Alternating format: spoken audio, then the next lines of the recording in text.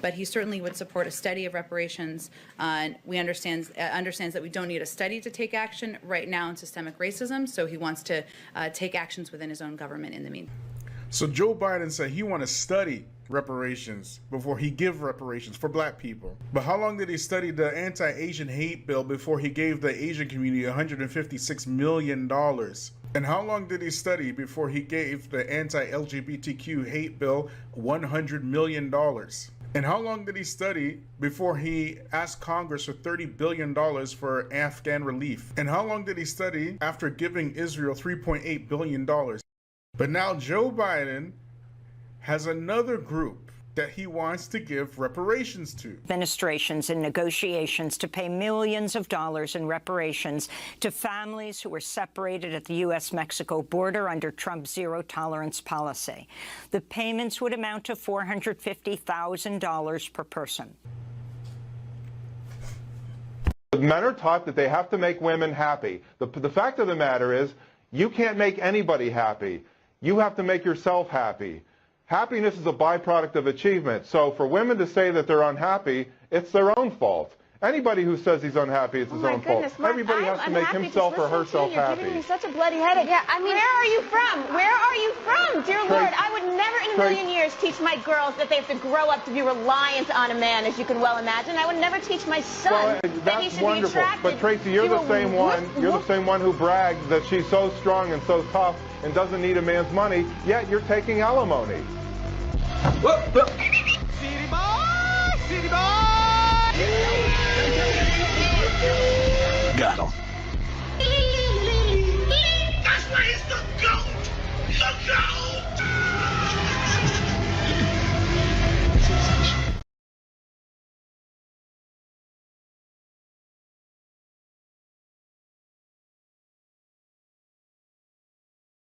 This is the sacrifice, Ya Ikhwan, that we need to inspire our young children.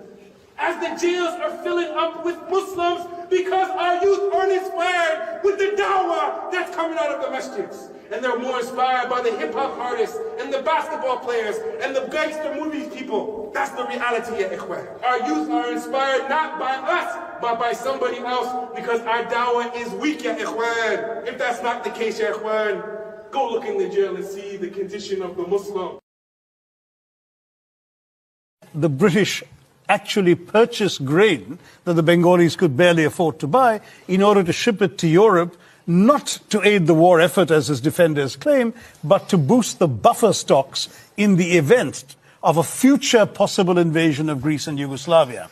People started dying, and Churchill said, well, it's all their fault anyway for breeding like rabbits. He said, I hate the Indians. They're a beastly people with a beastly religion. Australian ships were docking in Calcutta port and were ordered by Churchill and his odious paymaster, General Lord Chauvel, not to disembark their wheat, but to sail on to Europe, where their wheat might be used in some future reserve stock, saying that people were dying literally on the streets, and all Churchill could bring himself to do was write peevishly on the side of the file, why hasn't Gandhi died yet? Wow. And this is the man the British want us to hail as an apostle of freedom and democracy, when he has as much blood on his hands as some of the worst genocidal dictators of the 20th century. Just to let you know that hypocrisy and double standards aren't dead in America, a 10-year-old walks into the school nurse's office to get some Vaseline for his tattoo. The nurse calls the cops. The mother of the 10-year-old and the tattoo artist are arrested for giving a tattoo and consenting for a tattoo for a child that's under 18 years old. Why would a child who's under 18 get arrested for getting a tattoo? Because state laws in all 50 states say that you're too young and can't consent even with a parental approval to getting a tattoo. However, you can consent to gender-affirming drugs and transition surgeries prior to age 18. Why? Well, because hypocrisy and double standards say so.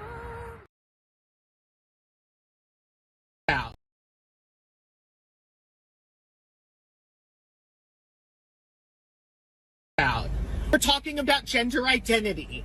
You're talking about sexuality. Okay, to me, I'm a male. Okay? Okay. So, what are you? So I can call you a sir or ma'am. What are you? What would you assume looking at me? What are you? What would you assume looking at me? I assume that you're a man. Okay? Okay?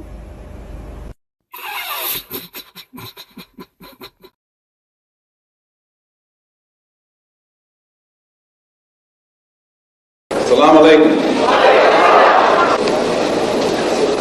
Mr. Moderator, our distinguished guests, brothers and sisters, our friends and our enemies.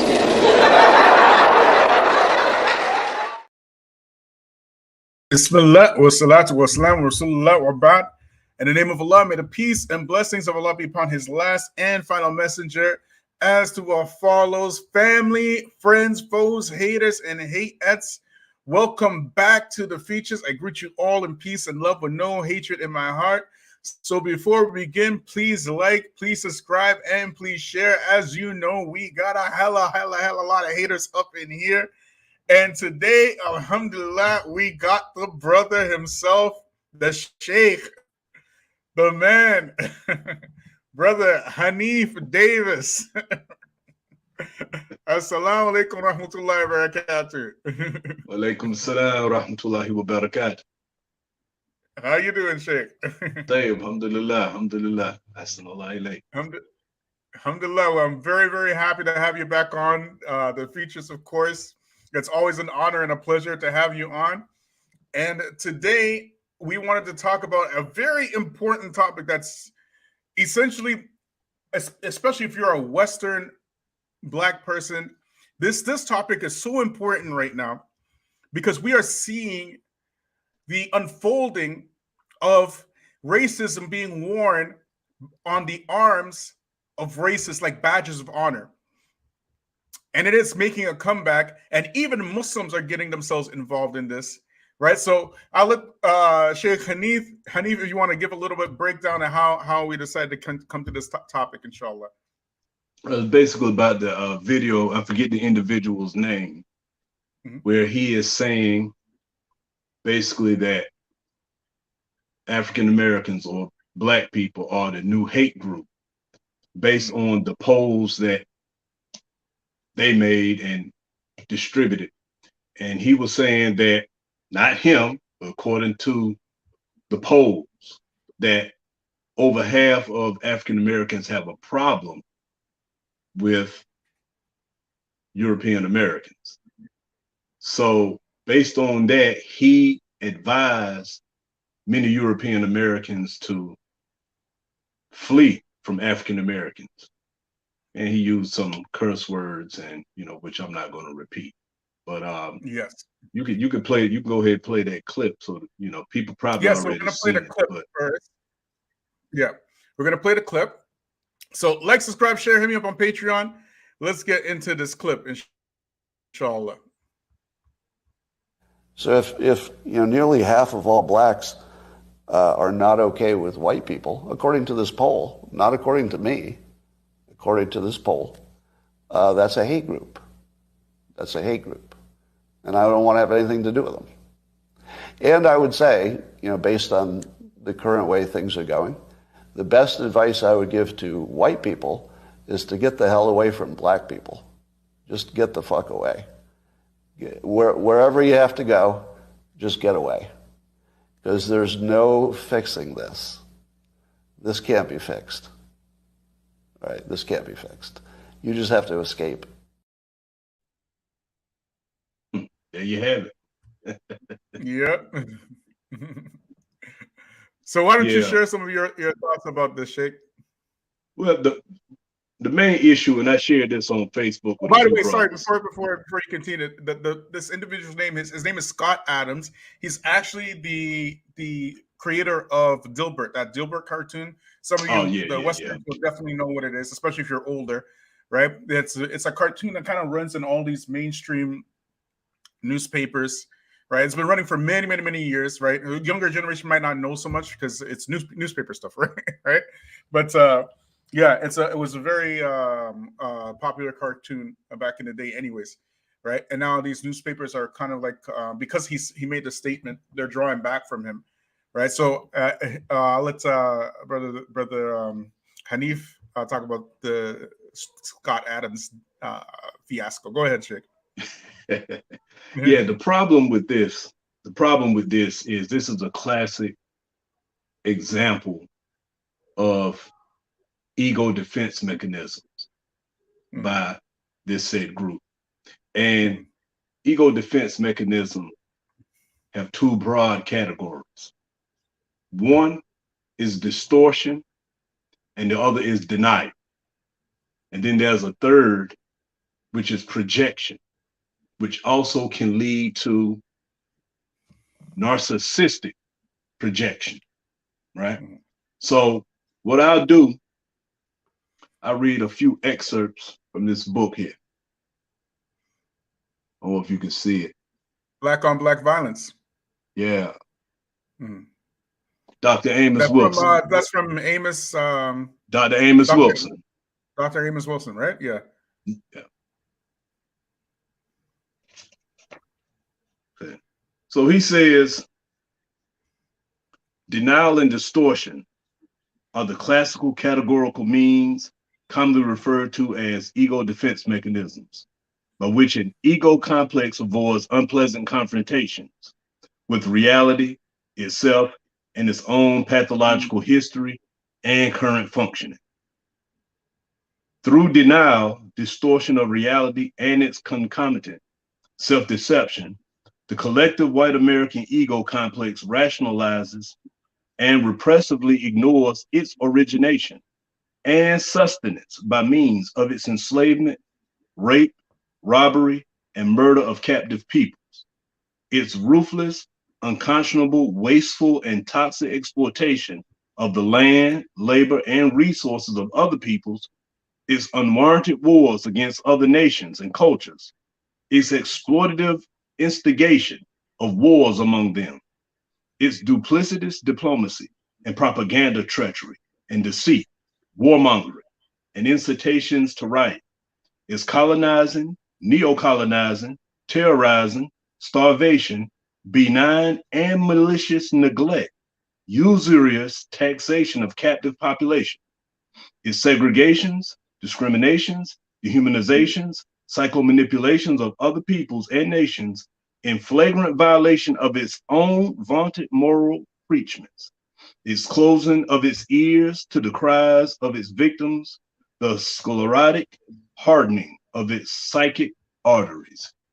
So in a nutshell, basically, they utilize these two defense mechanisms to basically to just continue to do what they do. Now, in this clip, this individual, he makes this poll, or he and his team makes this poll. And he says, according to the polls, over half of Black people have a problem or dislike white people. Now, the problem with this is, one, there's no origin story behind it. Why is that the case? If that is the case, this is the issue. This is a question that we need to ask ourselves. Why is that the case if that's the case? Number two, with regards to why is that the case, what transpired to make this group become this new hate group? These are answers they have to ask. But of course, they don't like answering those questions. Why? Because it makes them uncomfortable. The same group of people who want to put under the umbrella of history, CRT, critical race theory. Anytime slavery or any type of discrimination or oppression is being studied, discussed, or what have you, then they want to yell CRT, as if that's a trash can bin for all of the maladies in a society, or dealing with race and caste. So this is a huge issue when I listen to this, and I'm saying to myself, thousands of things went in my mind, like, well, let's don't even look at slavery. you know, a lot of people don't like to talk about slavery. Let's not even look at slavery. Just let's start with the New Deal here in the United States. Let's start with that, where African Americans were primarily cut out, put in poverty, right? Relegated to certain areas, not allowed to be able to live in areas that they want to live. And then on top of that, in the same time period, we had this redlining. Because if any individual in these red areas were to move out to another color-coded area, then it will bring the property value down. That was another tactic of the enemy, actually, right? Just to give some people some background who might not know, is that during the, you could say like just around when the Industrial Revolution was reaching its peak, and then you started seeing these urban areas being built from, you know, the U.S. government would fund like urban areas to be built, and then people would basically take loans, and then like much like the system we have today, right? What they would do is, of course, they would designate certain areas where Black people would live, and these areas were called redlined areas. So if any of these people, instead of saying Black people can't get a loan, they would go by your address. You get me? So if you live, because they can't just say you can't get a loan because you're Black, right? You're talking about the 50s or 60s now. They can't say that anymore, right? And the people are they're trying to be a global economy, and the entire world is looking how they're treating their former slaves, right? So what did they do? What did they do? Well, we can't just say, you know, we're not going to give you loans because you're Black. But what we can do is we can say, well, if you live in this area, this particular area, then you're not going to get a loan. And if you're cut off from, of course, the government's devilish money, then you cannot participate in their devilish capitalism, right? And how do they know who to cut off? Because they would, in the banks themselves, they would redline the areas that Black people lived. And from their tactics, if they wanted to drive the property valuation of a certain area down, they would allow Black people to live in these areas, which would cause the property values to go down and would cause the real estate agents to have like a selling spree, right? Because they're buying up all these properties. And then they introduce gentrification, right? Because now the property values are down and they're low, right? So now we got to kick the Negroes out. We're going to say we're going to do urban renewal. And then they buy up these properties for cheap, kick the Black folks out. And it's an entire cycle and economic system is built upon the movement and the replacement of Black people's residencies, right? So I just wanted to add that as well, right? So when we're talking about this individual, Scott Adams, and his his basically saying that half of Black people are not good with white people. They just don't like white people and whatnot. First of all, that's not what the poll said, right? That is not what the poll said, right? And he's missing out a whole bunch of context, but that's a different thing. But let's say, for example, for argument's sake, right, that he is right and almost half of Black people don't like white folks. Let's just say that for a hypothetical situation, right? Did he ask why?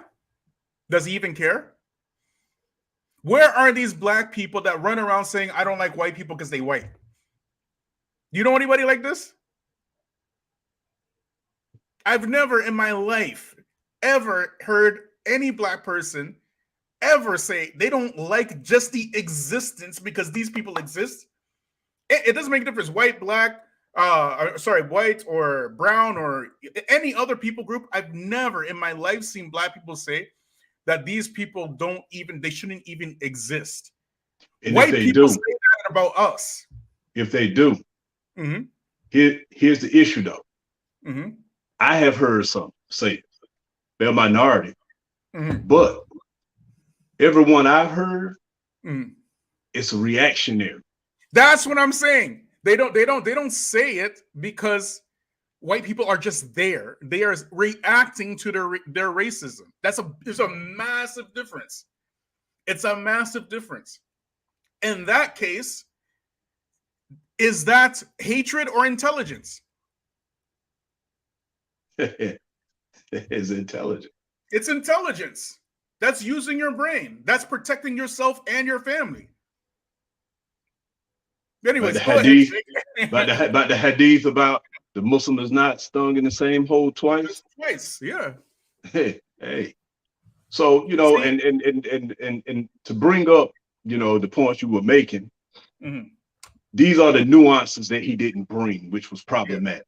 You know, you brought up the issue, what you were discussing. All of this stemmed from the FHA, right? Federal Housing Authority, right? They are the ones who gave loans at this time. And the New Deal was passed by FDR, Franklin Delano Roosevelt.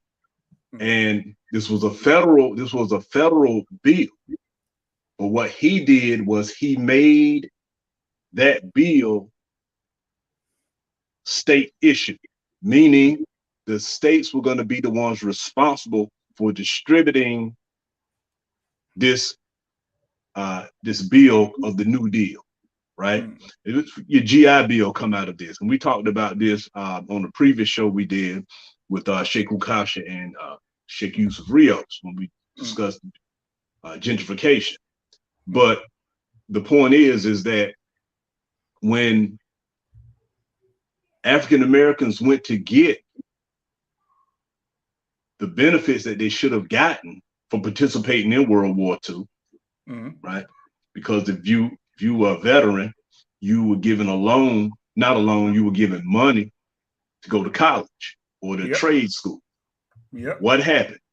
African Americans who went to World War II, either they didn't get anything from the New Deal, or the small minority that did get something to benefit, they were relegated to where that racist society wanted them to go. In other words, if you had an individual who wanted to go to college and become an engineer, they would send him to a culinary school somewhere else. And 9 times out of 10, they would send them to a HBCU, which that's fine. The problem is the HBCUs will fill the capacity as a result of that.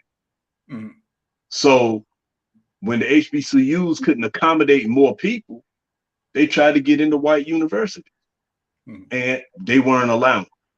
So from that, if we want to, as people say, 2 wrongs don't make a right, but if African Americans were to indulge in a wrong to make a right, this is a classic example. There are many. I didn't even have to start with slavery.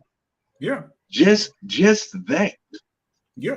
Now, you know what I'm saying? So this is the issue I have with individuals like him.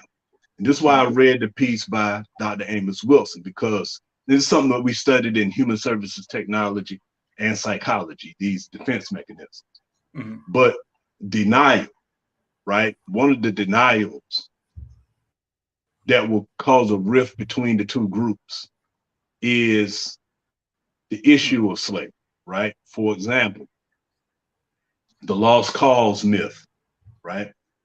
The lost cause myth is when Southern whites wanted to remember their Southern past. However, what they did was they distorted the history. You started seeing things such as the slaves were happy, contented, right? You started seeing this in their literature. So much so that in New York City about 1915, 1916, 17, Harriet Beecher Stowe's book, Uncle Tom's Cabin, that was required reading in New York public schools at that time. But when this book called Leopard Spots came out, that's when we start seeing this lost cause myth, right? This is one of the times we started seeing it. The first time we see it is in 1865. This guy's name, give me 1 minute. Edward A. Pollard. Edward A. Pollard. He's the one who brings out this lost cause myth. And what happens is when they're retelling the story of the American South, the history of the African Americans or the former slaves is distorted, or certain aspects of it are denied. Why? Because they feel uncomfortable. And this is what's happening today. It's happening right now as we speak. You know, these people are so wickedly wise. They're wickedly wise and wickedly intelligent. What they do, and they've been playing this game for almost 100 years now. I would say about 100 years, almost, right?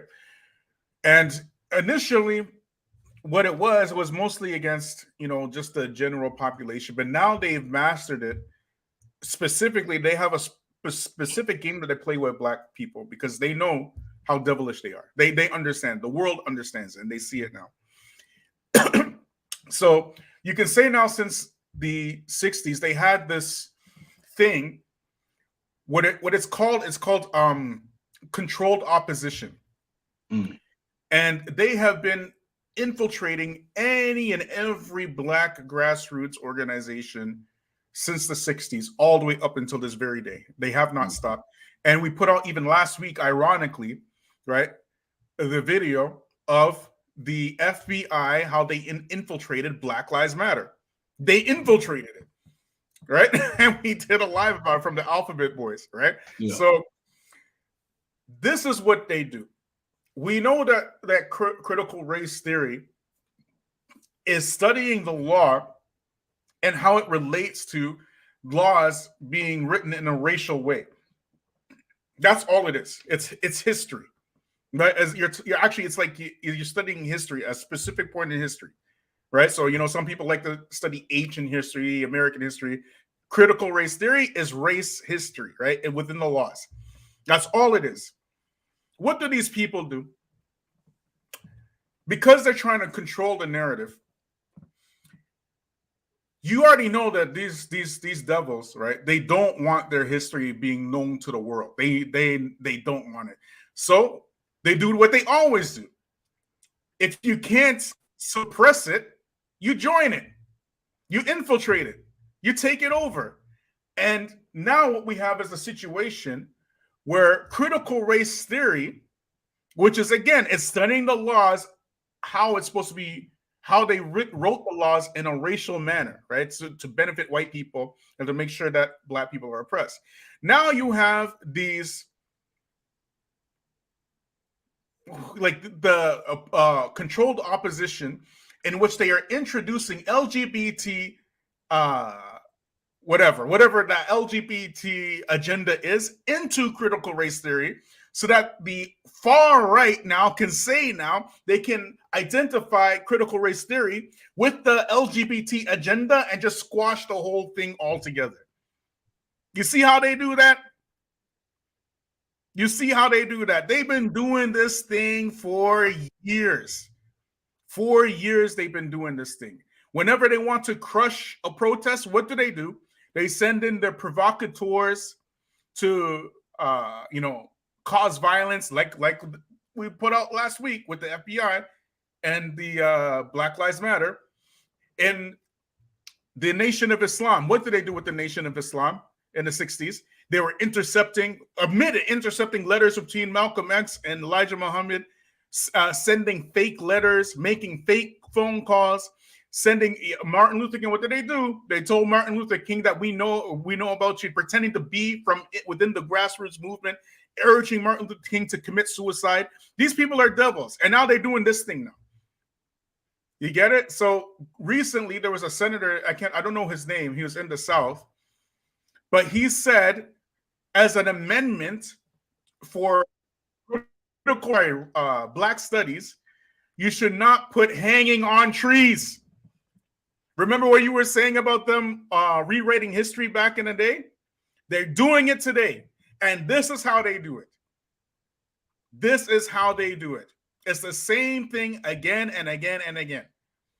Let's infiltrate it. Let's introduce something so that we can squash the whole thing. Go ahead, Sheikh. Well, most definitely. So what we want the viewers to understand is this is a psychology that you have to deal with. And it's a psychology that hasn't gone anywhere. And it's not going anywhere anytime soon. Why? Because no one wants to take responsibility for the actions. They're always talking about African Americans being responsible for their areas. And we do, make no mistake about it. But one reality does not offset another reality. This is another issue that I have a problem with. We act as if multiple realities can exist at the same time. It's common sense. It's just how it is. So in the case of the African Americans who have what we call maladaptive behaviors, basically because of your oppression and your conditioning, you've acquired some dysfunctional behavior in order to what?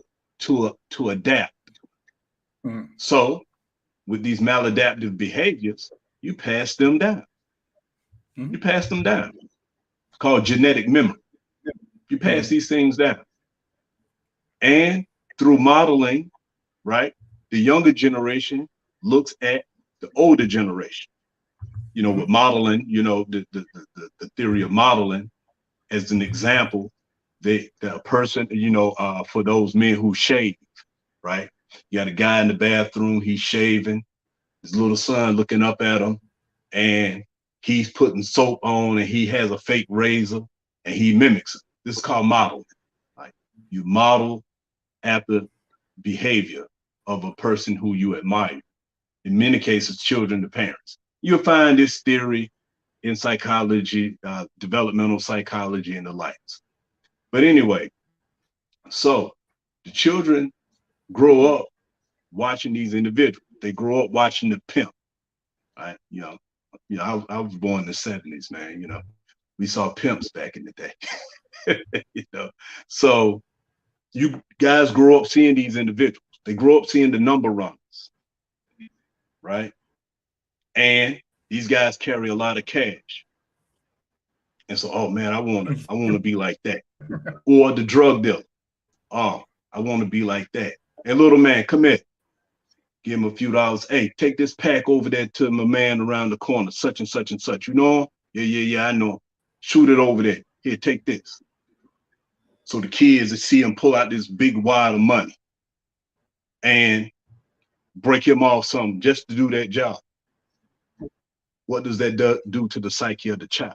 Oh man, yo, Big L, he just hit me off, and I did a job for him. So what does he do? For status, he brags about the job he did for Big L. But how did these things come about in the first place? We mentioned the redlining. You've been designated, you've been relegated to a certain area. Poverty on top of poverty on top of poverty, compounded. And everyone knows poverty breeds what? Crime. All we have to do, if we want to talk about gangsterism, what were the first three groups of gangsters in the United States? Three groups. That would be of gangsters. Huh? Italians, Irish, and Italians, Irish. I don't know the third one. The Jews. The Jews. Yeah, I was thinking the Jews. The Jews. And I was like, yes, sir. The Jews were the first. Yeah. The Jews were the first. I didn't know they were the first. Yeah. Yeah, they were the first. The Jews were the first. Because why? Because at the time, these three groups weren't concluded in whiteness. They were not concluded in whiteness. And they were cut off from the benefits of whiteness. Just like in colonial times, the poor whites were cut off from what? Whiteness. All the way up until Reconstruction.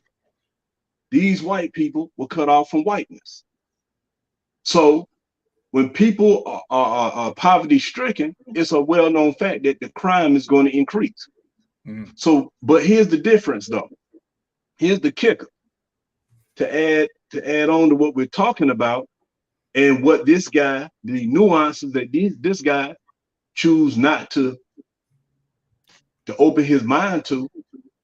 How did the Jews, the Irish, and the Italians get out of criminality? They were accepted into whiteness.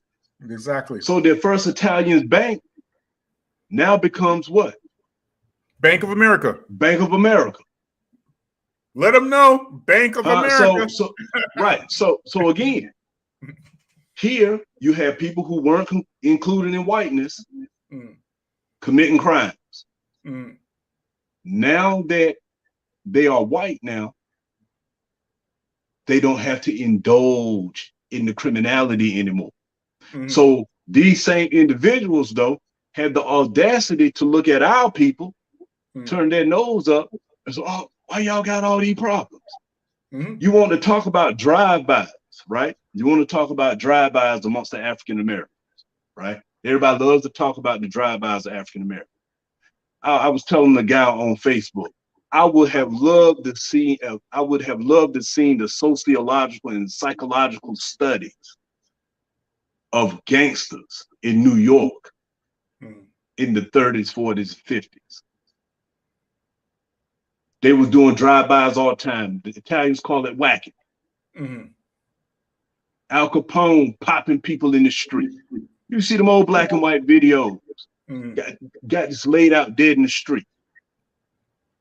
But see, when they do it, you know, it was glorified. It's glorified. Right. When they do it, it was glorified. They glorified it. But then, because African American kids see successful rappers who glorify the violence, it's a problem. No, it was a problem when they was doing it with the Italians, just like it was a problem with them doing it with the African Americans. So again, we find these dichotomies, which brings me to a point, and that is this. All of these things that happen to the African American, and then let's say, for the sake of argument, like you mentioned before, let's say that this this poll is true, right? Let's say, you know, African Americans can't stand white people, right? He didn't mention the why, but let's say everything we mentioned, this is why. Let's rock with it. Let's go with it. You guys, on top of doing what you do to African Americans by raising whites up and keeping African Americans low, and I don't have time to go into the history of poor whites. So real quick, I'm going to hit you with some books right quick if you want to study the issue. Masterless Men, The History of Poor Whites and Slavery. Dr. Lee. White Cargo. I forget the authors of White Cargo. Another very White Trash. A 400-year history of class in America. Tremendous works, right? Tremendous. When you study how bad poor whites had it from colonial times, right? All the way to Reconstruction, right? All the way to Reconstruction. And then during Reconstruction, how they were starting with the 17th president, Andrew Johnson, and after him, the 18th president, Ulysses S. Grant, and then the 19th president, Rutherford B. Hayes. Rutherford B. Hayes is the one who, when he became president, he made a backroom deal that he will remove the federal troops from the South if he became the president. When he became the president, he removed the troops from the South, and boom, you started seeing more and more Jim Crow legislation being practiced. So the point I'm making though is when you studied and then you started seeing white people being raised, the educational level being raised at the expense of blacks. Because during the Lincoln administration, this is where the issue of the 40 acres and the mule comes from. This was the government at the time. They sending fact-finding missions out. You know, what do we need to do? We got to do something with them. We own, right? Because you done gave the slave, you done gave the former slave owners, you done gave them reparations due to what? Lost property. So now, what are we going to do? We own. And there were many suggestions. I'm not going to get into that, but there were many suggestions. The point is, though, is that European Americans were raised and African Americans were put down even further. So, again, it's these nuances that he's missing in terms of African Americans having a problem with white people. And then on top of that, these same European Americans and their descendants who descend from those poor European Americans, oh, how they quickly forget where their peoples were at. Oh, how they forget, telling you to pull yourself up by the bootstraps. When the reality is they never pull themselves up by the bootstraps because their government ensured that they were raised, whether through subsidies or whatever. So these are realities that they never want to talk about. You're talking these are about realities they never want to talk about.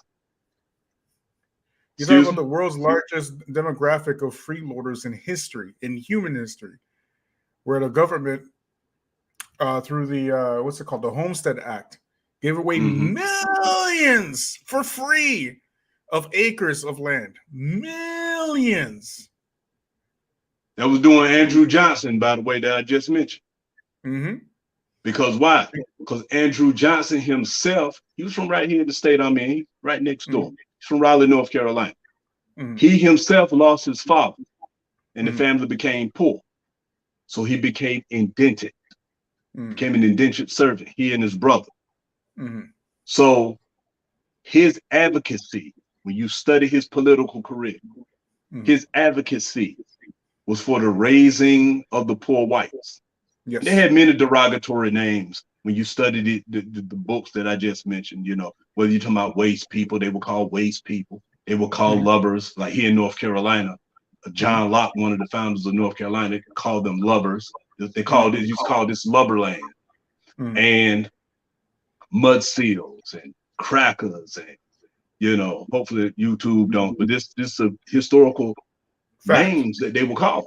You know, I'm not making it up. This historical. You know, so at any rate, these people, the government made sure they helped. They fought for them in legislation. When you studied the political atmosphere of the time, they fought for them. See what I'm saying? So they've always had it. You mentioned the Homestead Act. I give you another. 1930s, welfare comes out. Welfare comes out in the 30s, right? Now, African Americans still paying taxes, right? But they don't get the benefit in the welfare. They don't get none of that stuff. That Social Security, none of that stuff. They don't get to participate in it.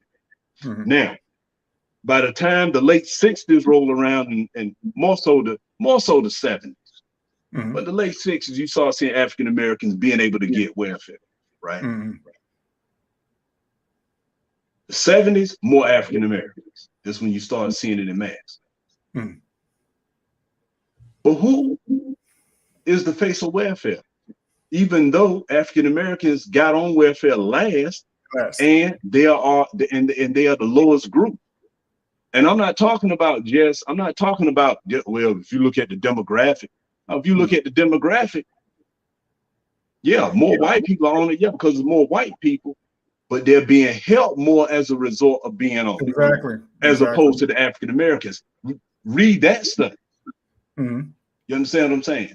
So this is the issue, the distortion, the denial, and then you want to blame African Americans for their position that they're in. When they're not the cause. Now, I'm gonna say this real quick though. for somebody, here it is. So, oh, see, he's saying African Americans, they didn't cause their problems. For the most part, they didn't. The plight that they find themselves, they didn't. However, due to maladaptive behaviors that they need to work on, they're responsible for those issues that they can control. Right? For example, you can go to school for free now. There's no reason why you shouldn't be getting good grades. You don't have that excuse. These are things that you can control. So this we right understand. here, I have a point to make about that. I want to make sure that we put a peg on that, because this is an important point, and I'm going to bring a study that I found about recently about this specific thing, right? But I want us to react to this video, right? Brother Seema, wait, I got you. I see you in the back. Don't go anywhere. I'm going to bring you on, okay? Don't go anywhere, okay? But I want to bring this video on. Salaam Alaikum, Seema. Brother Seema is here. Brother Seema is here. So just wait for us, okay, bro? Okay. All right, so let me just fix the screen up here, right? And I want to react to this video here. 1 second, okay?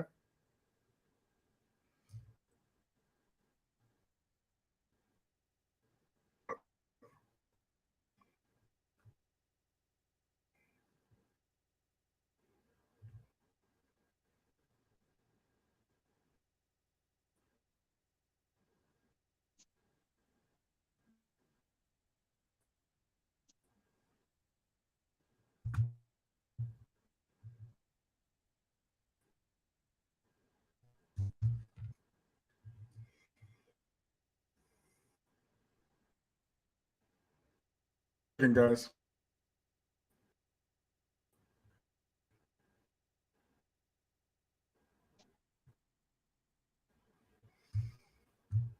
Okay, so we're going to react to this video here, right? Once it starts loading up.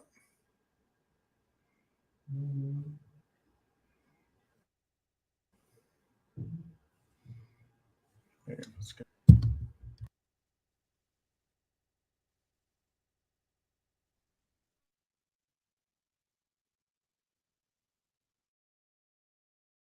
Adams getting into some hot water.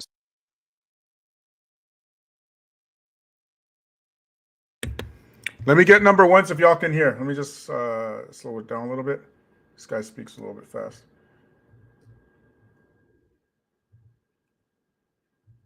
There we go. And turn up the volume.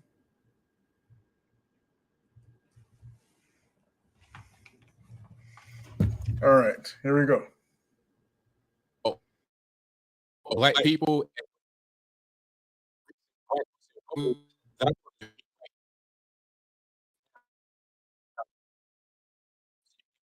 beginning.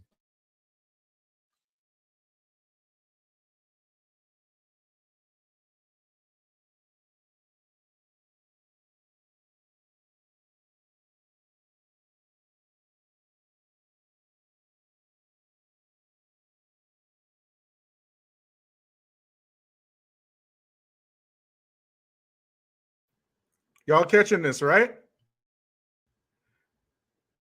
So if you guys missed that, let me just rewind it for you, okay? 1 second, y'all. What did I just do?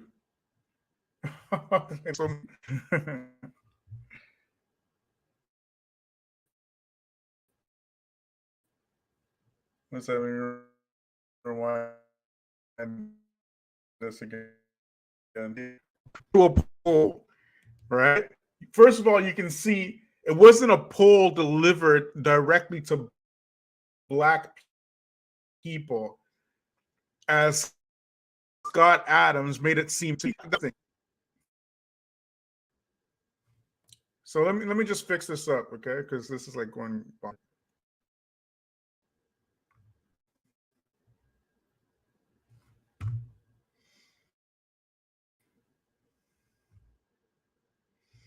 Okay, I'm gonna move.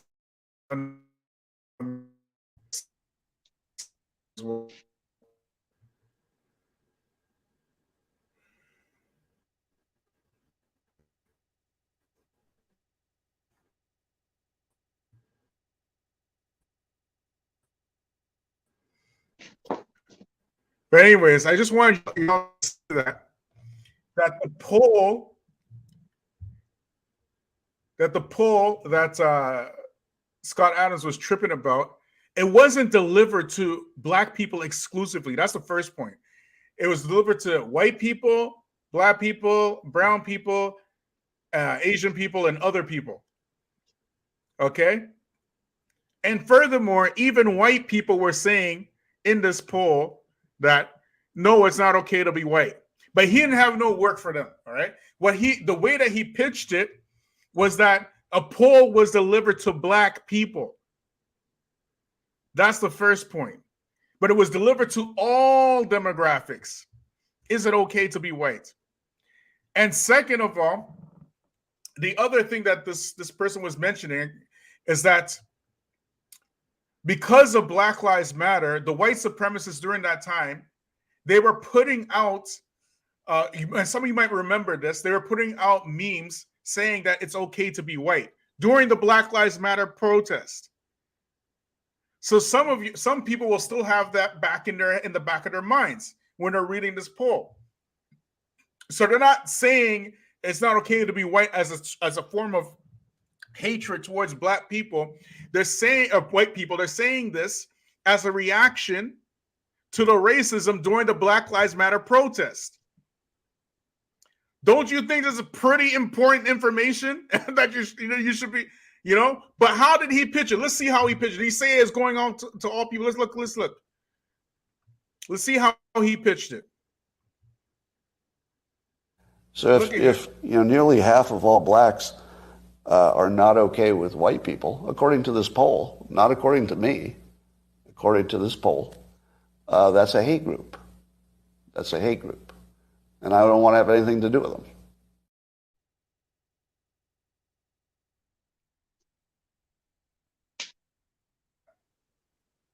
He didn't mention all the other categories.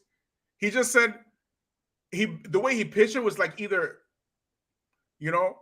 all these black people, they don't like white people. Us innocent, descendants of slave owners. But we're so innocent. We didn't do nothing wrong.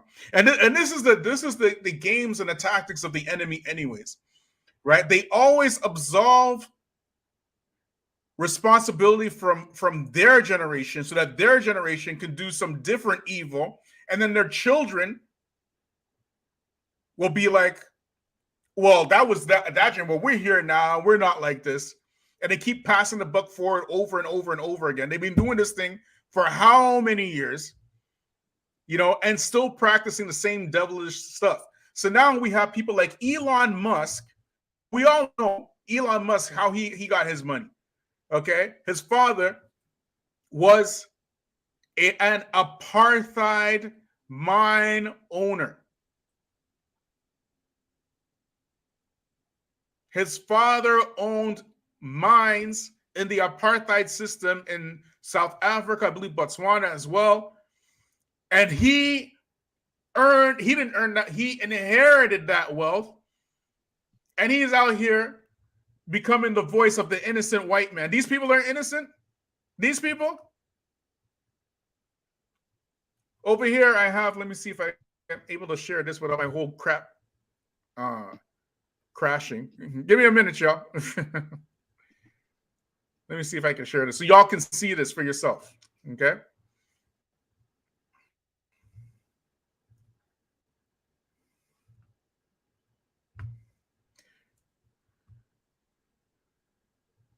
Elon Musk's defense of Scott Adams shows why he is misguided and dangerous by some person, Indian name I can't pronounce. But this is by The Guardian. Okay, so this is what Musk says. Okay, this is what the article says, right? Even a cursory exploration of race and racism around the world would yield the conclusion that there is nothing simple about it. Racial identity and race-based oppression emerge, morph, and erode in different ways in different parts of the world. But leave it to Elon Musk to try to convince you that is simple and straightforward. Musk will tell you that what is and not racist. Can you imagine Elon Musk, the child of an apartheid mine owner, and he will explain to you Which institutions are racist and to whom?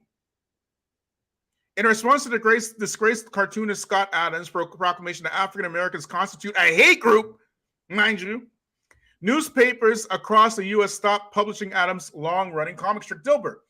Based on the current way things are going, the best advice I would give white people is to get away from black people, said in the YouTube rant. Just get the F away, he added. I don't think it makes any sense for a white citizen of America to try to help black citizens anymore. Yeah, because y'all been helping us for... Anyways, I'm going to back off and I'm being helpful to black America because it doesn't seem like it pays off. It's unclear if Adams has done what Adams has done in the past that was helpful to black America, but he is certain to avoid doing so in the future. Meanwhile, Musk defended Adams and argued that the U.S. institution perpetrate racism against white people. Can you imagine that? Can you imagine that? Can you imagine that?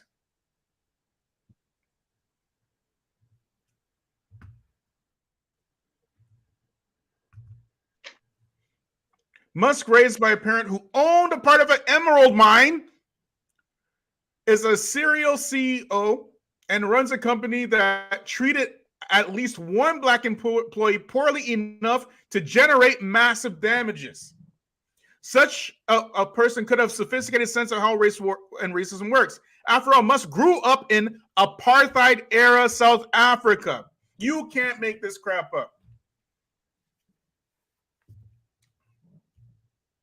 You cannot make this crap up.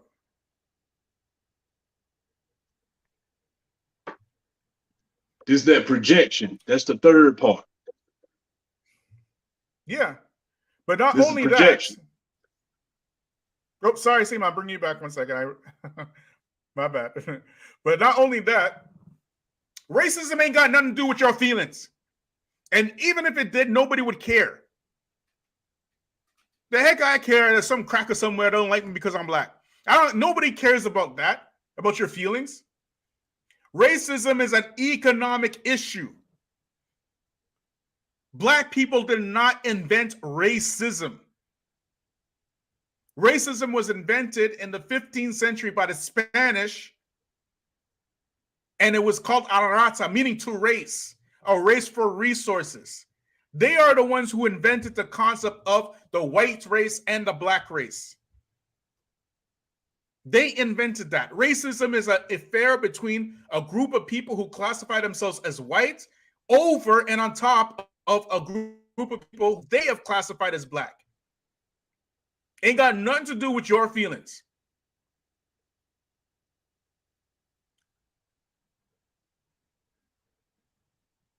It's about economics. It's about controlling the economics, the religion, the language, the culture of one race over another race. They made that system up, not us. We ain't got nothing. Which his father participated in. Exactly. We are unwilling participants. We have no choice to participate. And now these same people who have classified themselves as white, because mind you, while they were traveling, trying to find ways around the Ottoman Empire, what were they discovering? Everywhere they went, every single continent, country, whatever, what did they find?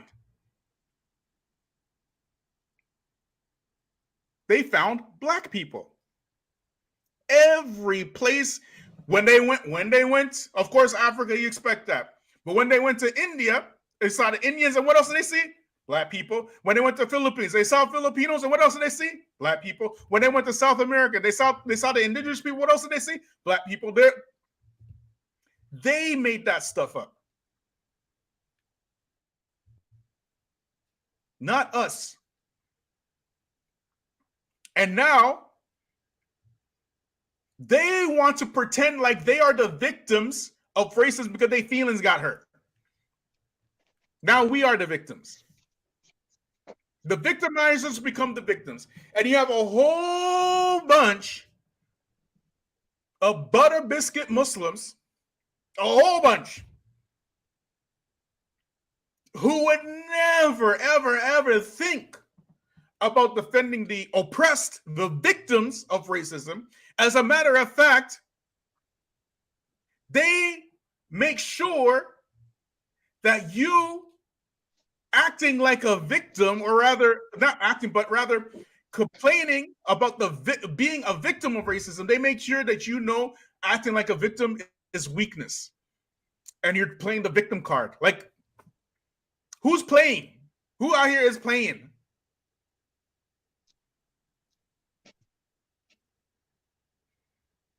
Because they are so enamored by Zaddy, they have no problems throwing you under the bus and everything else in order to get close to whiteness. These so-called Muslim brothers and sisters of yours. So-called, alleged. No issues whatsoever.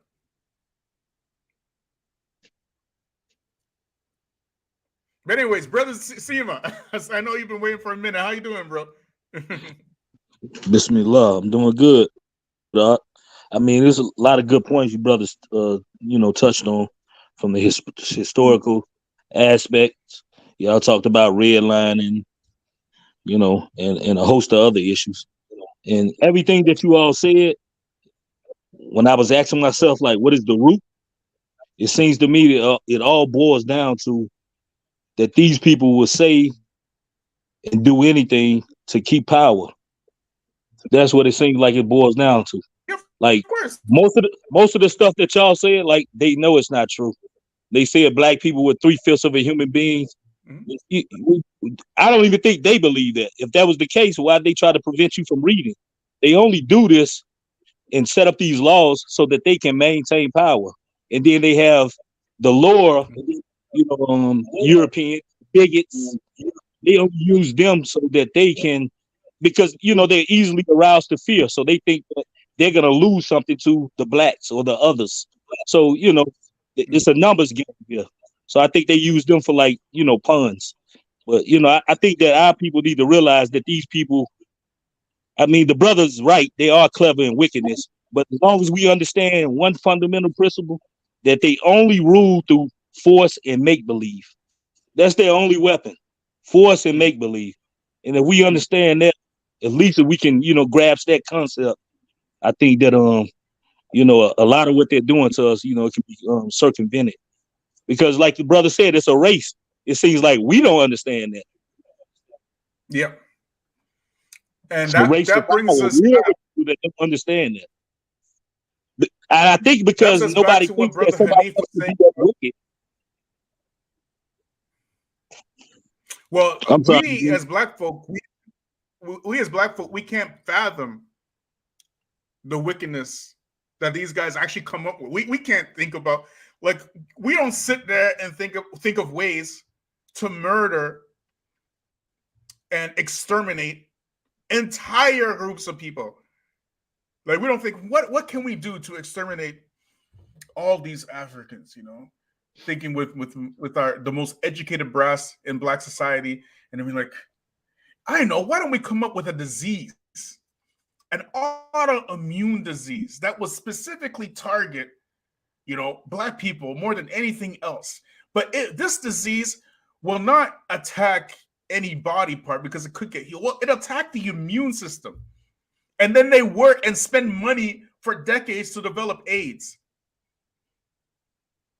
And then through inoculations, they spread AIDS all over Africa and turn around and say that AIDS was spread by Africans having sex with green monkeys. Green monkeys. You know how these Africans are. I remember the first time I heard that was 14 years old, maybe 13 or 14. And I was like, this is impossible. Even back then, I was like, these guys are lying. They are lying. There's no way. And what's the news story? The news story is, what happened was AIDS was in the monkeys and these people were eating the monkeys and that's how they got it. These people lie like crazy. They're very, right. very, very, very evil. But we So can't I think of was thinking stuff the like same thing. I was thinking the same thing. yeah, If this was a practice that they had been doing, and they've been eating green monkeys for thousands of years, why haven't they yes, already died off from the AIDS? exactly. Somebody make it make sense. But that's what they do, right? So it goes back to what Brother Hanif was saying about education. Because I saw a study. Well, I didn't say a study. I can't say so. I saw a clip. Okay, we'll put it that way, right? But I'm going to go and find because it sounds real, right? Where a university, there's like an Ivy League university, and they have their black students and they have their Asian students. And one of the professors noticed that the Asian students were doing well, but the black students were studying, but were struggling. And he's a professor, so he's intelligent. He's like, these black students, they didn't get here by fluke or by chance. They had to have some skills to be in this university, right? So he was studying. What he ended up doing is that he started studying how the Asian students studied, and he studied how the black students studied. You know what he discovered? He discovered that the black students worked very, very, very hard. They stayed up late hours, studied all night and all day. But you know what the Asian students did? The black students weren't doing. They were studying together in groups. Because they were studying together in groups, and this is what black people have to understand. Everybody else works as a group. They work in groups. If you're going to study in group, you're going to develop way quicker than if you try to study something by yourself. Way, way quicker. No matter what you're studying. But we think individually. We have individualistic mindset. That's why on this channel right here, it's not like talk. We're not just talking here, right? For us, it's a lifestyle. We have to work with each other. We have to. Even if you have some issues with the brother, you're gonna swallow your pride to work with the brother over here. Because the success of the group trumps your personal feelings. Go ahead, Urban Muslim Podcast. CL Edwards, I think. Brother CL. Let me unmute 1 second. There you go. Go ahead. Salaam Alaikum. Alaikum salam to Allah. Alaikum salam rahmatullah. Yeah. You know, I think people are just amazed at black people in North America. They're amazed at us. It's I've thought about this for a while now, and I've observed. I observe people and how they move and how they behave. And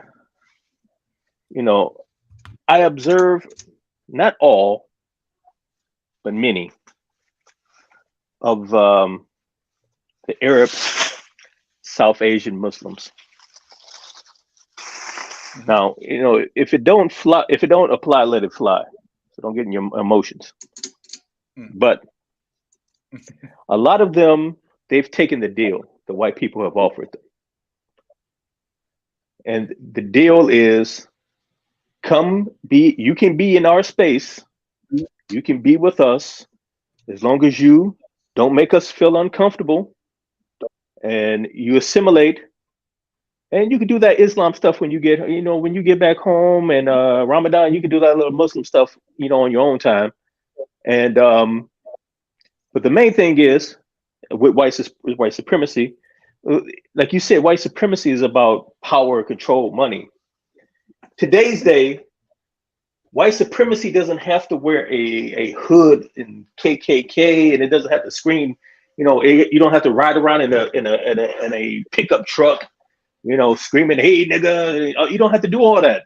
That's not white supremacy today, even though that still exists. White supremacy can like black people now. White supremacy can live next door to black people. White supremacy can hire a black person. What today's white supremacy says is, it doesn't matter how many of you minorities come in, how many we hire, even if we lay down and produce children with you, it doesn't matter. What matters is that we will always be in control. We always hold the keys, and you must accept that.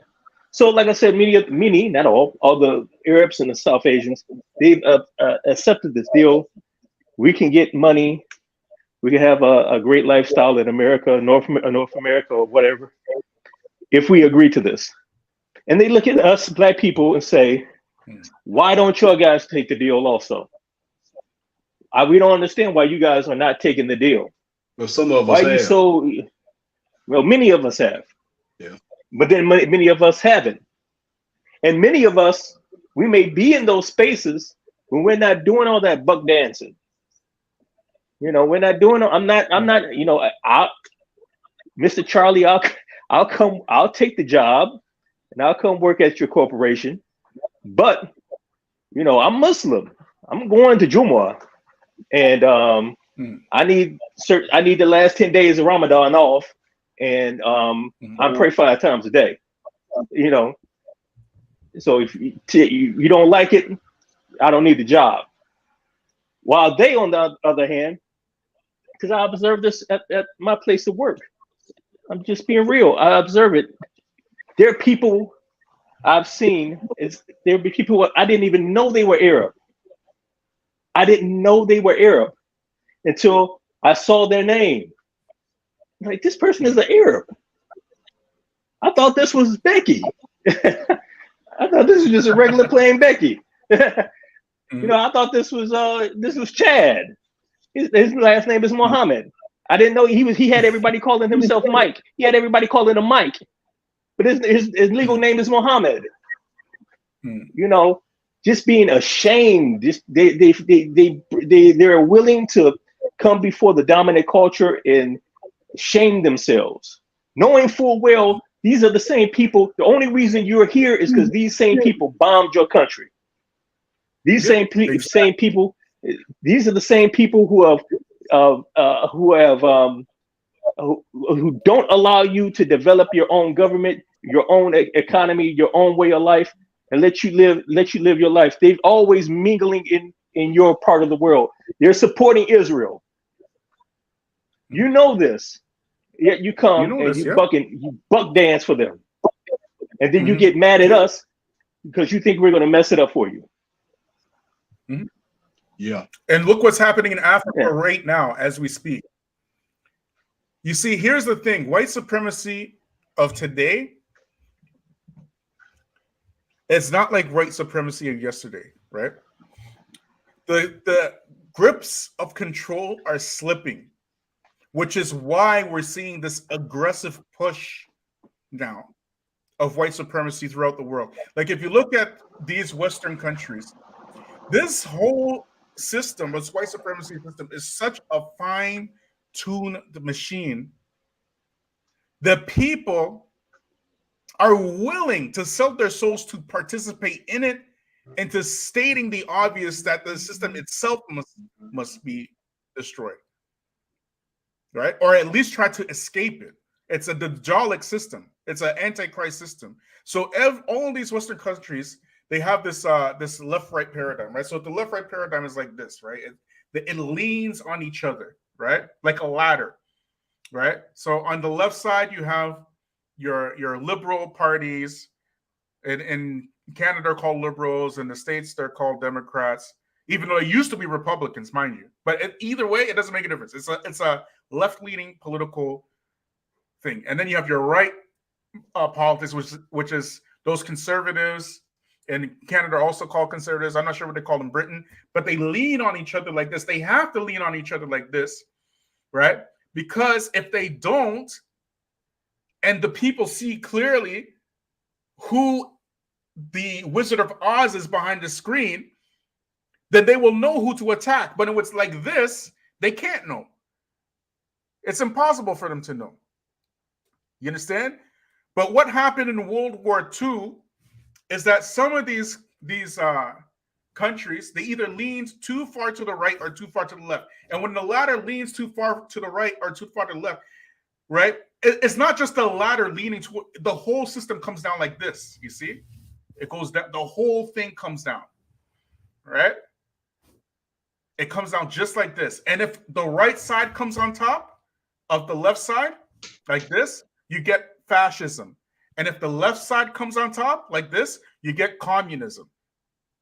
So in Italy, they have what? Fascism. In Russia, they have what? Communism. And this is what's going on all over the world right now, in the States, in Canada, in Brazil, in Britain, in France. The left-right paradigm now, it's starting to come down on each other, just like this. Why? Because these white folks, their populations are dwindling. They're losing their crap. All these immigrants that of the countries that they've destroyed are coming into their countries. You understand? So they have to be extreme. They have to be extreme. So when somebody like Scott Adams now is saying that white people get the hell away from black people, he means that. He's not joking, right? And they've been doing that though.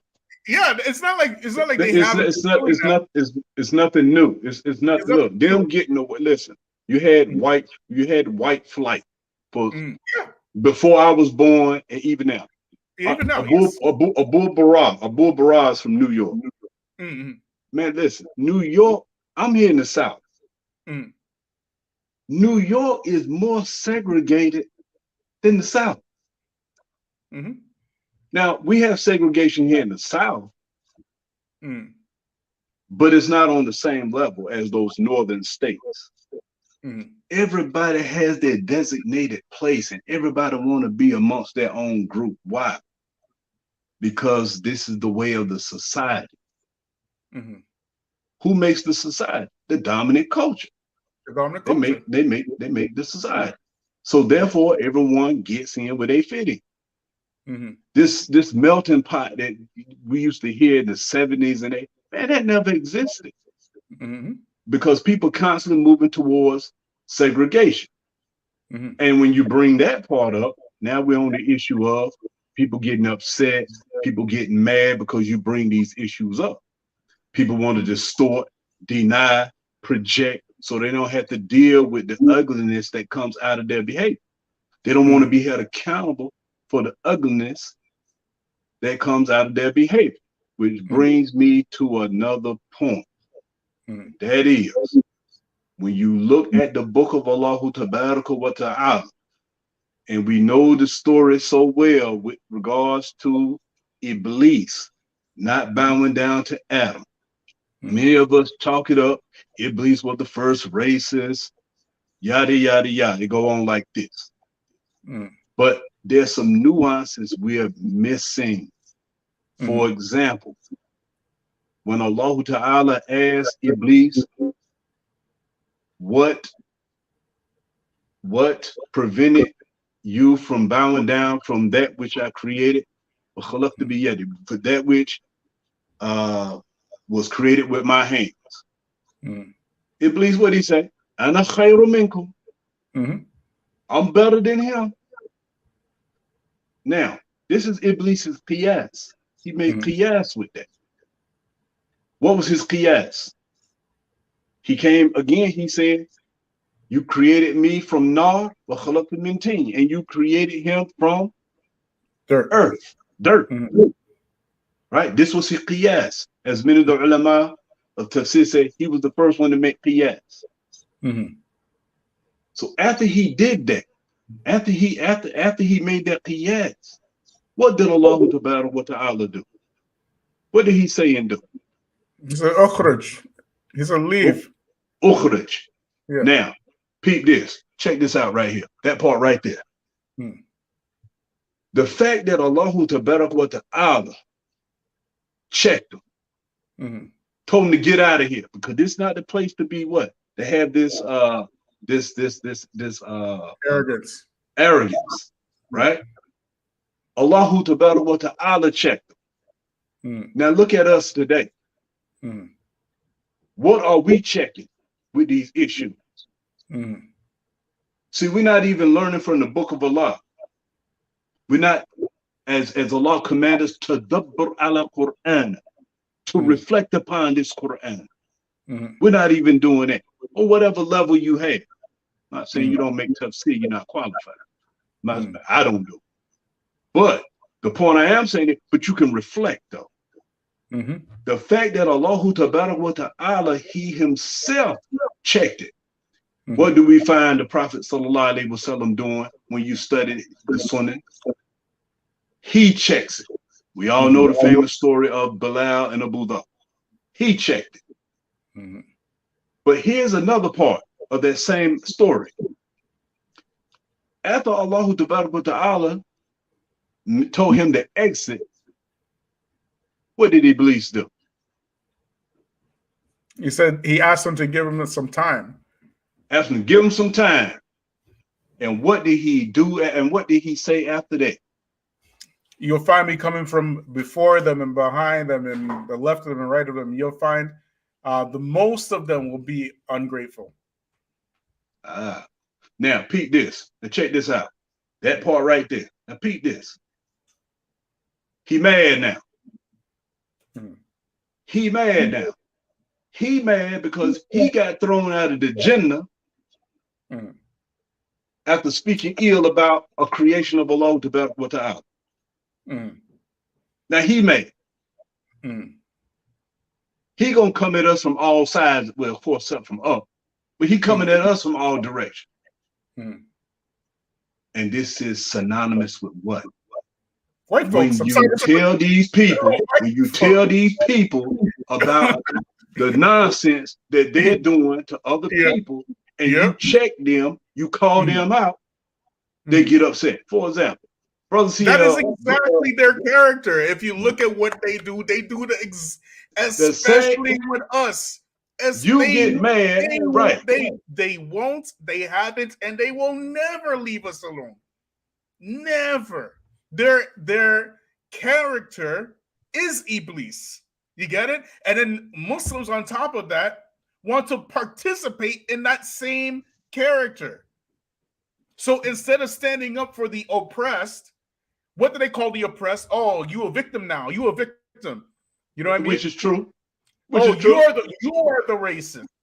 Yeah, this is the fact. But they make victimhood the oppressor and the oppressor the victims. Which again is projection. It's projection. This is the projection that Dr. Amos Wilson talks about. That is the character of Iblis. That's his character. Yeah, I mean, it's not natural.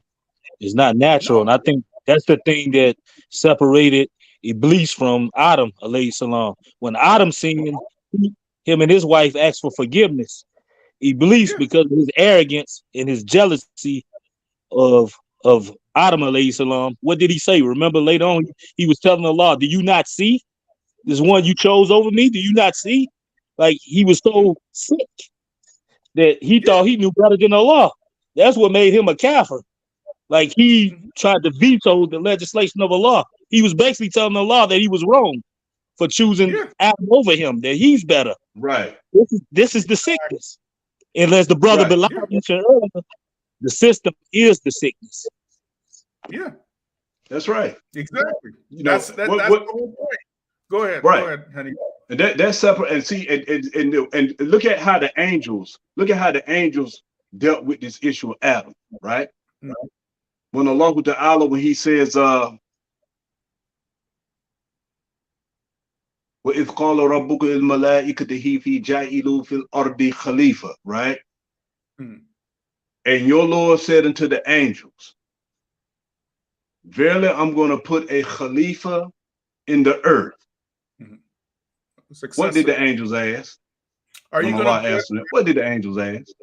Are you going to put that which will shed blood and cause fitna wa fasad fil ard, bloodshed and problems in the earth. Yeah. Right? So look at the difference after Allah created. They went ahead and asked, what were they basing this on? What were they basing this on? They were basing this on the fact that, according to the narration of Ibn Abbas radiallahu anhu, which the ulama said is marfu, which is raised to a statement of the Prophet sallallahu alaihi wasallam. The jinn was on the earth first, and they caused fitna, bloodshed, fitna and fasad on the earth. So the angels were merely asking what? From previous knowledge.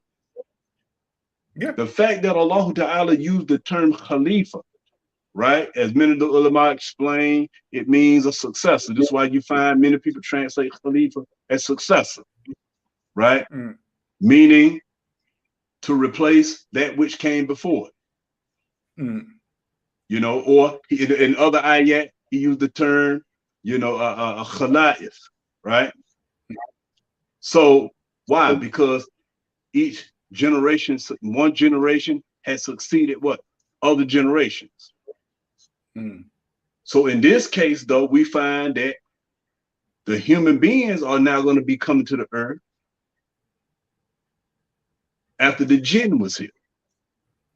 As many ulama put this in their tafsir, this explanation in their tafsir, this narration to explain the ayah. So the point I'm mentioning, though, is the difference in understanding between the angels and Iblis.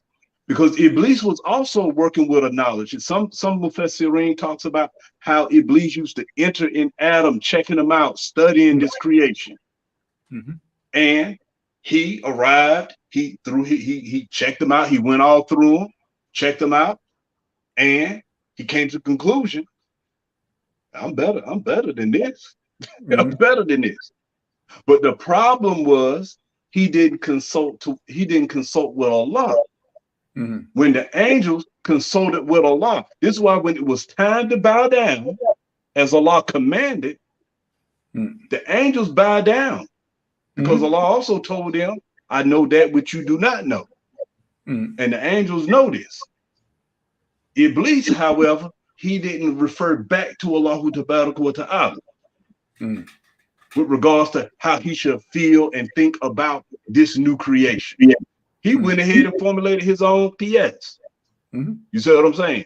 So this was the difference between the Malaika and Iblis with regards to the reality of Adam alayhi salam, which brings me to this point. That we own now. C.L. Edwards, the brother that was on, he posted a fatwa by Sheikh bin Baz dealing with Arab nationalism on his YouTube channel.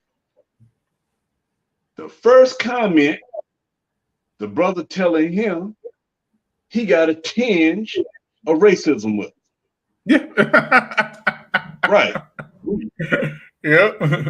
Let me sit back and pull that up. Right. Let me see. You know, so CL, the brother, Hafidullah, he had to let him know, look, man, I'm giving you, bro, I'm telling you, this was Sheikh bin Baz. This is a ruling from Sheikh bin Baz.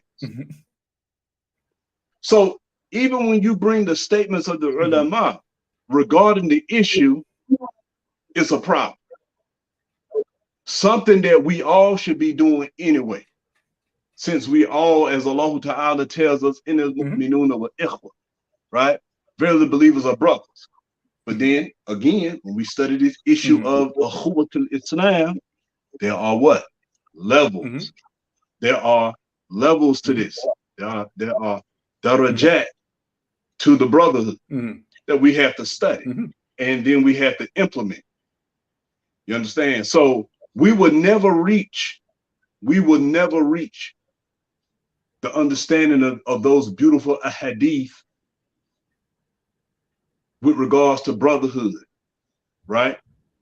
We will never get to that. We will never get to that, like the narration, the hadith about the Muslim ummah is like one body. When one part hurts, the others are affected. You will never be able to implement these type of hadith when you indulge in the sunnah of Iblis. You will never arrive. Exactly. You will never reach it. Preach. You will never reach it. Preach. So this is what I had to say about that particular issue, because this is it's starting to be a common thread. You bring up oppression, it's identity politics. You bring up oppression, you're racism, which is another now reverse psychology now. Yeah, exactly. Which comes the projection stage. These issues are used to censor the oppressed. Let's call it what it is, right? So you see here, for example, this person rather not, right? Because CL he posted this fatwa from Sheikh bin Baz. We could probably find it too on his comment section here, right? But he replied after he posted the fatwa, and mind you, this is fatwa from Sheikh bin Baz about Arab nationalism way back in the day. He's talking about it, right? So here comes. You choose the weakest concern to highlight the growing influence of secularism in a Muslim country. So the first thing you want to do is red herring. We talking about Arab nationalism. You coming with some secularism and stuff. Is that not secularism though? Of course it is. It's the epitome of secularism amongst Arabs. It is the secularism amongst Arabs. How do you think Tunisia became a secular country? It was specifically because of Arab nationalism. It had to be Arab nationalism. Same with Turkey. Arab nationalism. How do you think Egypt, right, became that's what you call it? You could say like the Hollywood of the Arab world. Had to be Arab nationalism. Look at this. You're as much a racist as the Tunisian Arab. Look at that. Look at that. You're talking about people who don't know what racism is. But why do they call black people who are pointing out the blatant? It's like you can't even hide from what this Tunisian president did. C.L. Edwards didn't even make a statement. You get me? He quoted the fatwa of Sheikh bin Baz against Arab nationalism. Because you cannot speak against Sheikh bin Baz, you have to talk about the nigga who brought him up and call that nigga a racist. You get it? These are not your brothers, man. Yeah. I mean, These anybody are not your brothers. Anybody with half a brain, they can see clearly that what he's really upset about is the brother brought up Arab nationalism. And he felt like he shouldn't be, you as a nigga, you got no business speaking on this. Check this out from another angle. So Check this out from another angle. Right now in Tunisia, go ahead. Check this out from another angle. This right here, right? Let's talk about societal issues. Let's talk about these maladaptive behaviors that I mentioned before, right? Black pathology, as many like to call it, right? For example, black men, we don't take care of our children, right? We get with a woman, we leave them pregnant, and we off to the races. Now, in saying this, that's true in some cases. That's true. That's true. We're not going to deny that with some. The problem I have with this rhetoric, though, is two things. One, the overgeneralization, right? There's always a propensity to overgeneralize, right?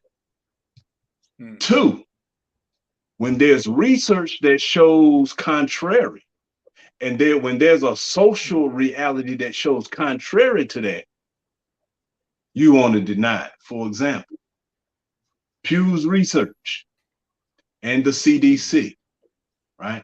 Center for Disease Control, both did studies on fatherhood, those who are with their children, those who will play a major role in the lives of their children. Do you know in both studies, African Americans were 70%, a little over 70%? Yep. Mm-hmm. Black men participate, but more than any other people. But is this the norm being spread throughout the media, though? Of course not. Of course not. So there's an incongruency with reality and what is being mentioned. And this is another issue with regards to the projection and distortion. Not only that, but those African American men who do leave women pregnant, right, and don't take care of their children, right? You're quick to call that out, but y'all ain't got no smoke, and you never had any smoke from what I've witnessed. You never had any smoke from them Arabs that came to America. My wife from San Antonio, Texas. Yeah. These guys used to come, they trained, right? They trained at one of the military bases there, particularly Lackland Air Force Base. Lackland, it's an Air Force base in San Antonio. You wouldn't believe these little half Arab, half white, these little half Arab, half Mexican kids running around. There was a name, I forget the name. Anybody from San Antonio, they can mention it. Anybody from they can mention it. Fort Hood, same thing. They come in, have a relationship with these women, shoot back to the Gulf. Why? Yep. Because they don't want the shame. Don't have nothing to do. They made documentaries about this. Yep. They made documentaries about this. Or they're real quiet about what? There's two things that happen sometimes with our immigrant brothers. Two issues. Some will come, marry women here in America, but they'll have a wife in their home country. Yep. When it's time, when he get his citizenship, he kicks the wife here to the curb, and they got children, nothing to do with them. But he'll bring the other wife here in another state where he don't have to come into contact, and vice versa. They get with a woman here. Not to cut you off, but even Arab women, they practice this. Not just the men. Oh, the women themselves, they practice this. Yeah, they do. They're notorious. They're notorious for doing this for citizenship. Moroccans, Egyptians, especially Moroccans and Egyptians, they're notorious. They have a notorious reputation for doing that. But see, now saying this, somebody hear this, they get bent out of shape. All the emotions will fall out on the floor like marbles. But then they're quick to say, you don't know your father. Well, I know my father, though. I can't speak for others. I know mine. But you hear rhetoric like that. Or you hear rhetoric, the African Americans is the cause of all the problems here. What's the cause of the problems in your country? You see what I'm saying? So the point I'm making is that they so quick to attack us because of our what? Our position here in the States. But then when we let them have it, and we get out, we tell them, hey, this goes against the book and the sunnah, this behavior. Then they resort to what? Insults, things of this nature. Again, practicing the sunnah of Iblis. I think that, man, this is a huge problem that we need to fix, man. And I get it. We conditioned, sometimes our environment. And as Rasulullah sallallahu alaihi wasallam said in the hadith, in the Hilyat al-Awliya of Abu Nu'aym al-Asfahani, he says, al-jihad al-akbar, he said, the greatest jihad that a man can make is against himself and his desires, right?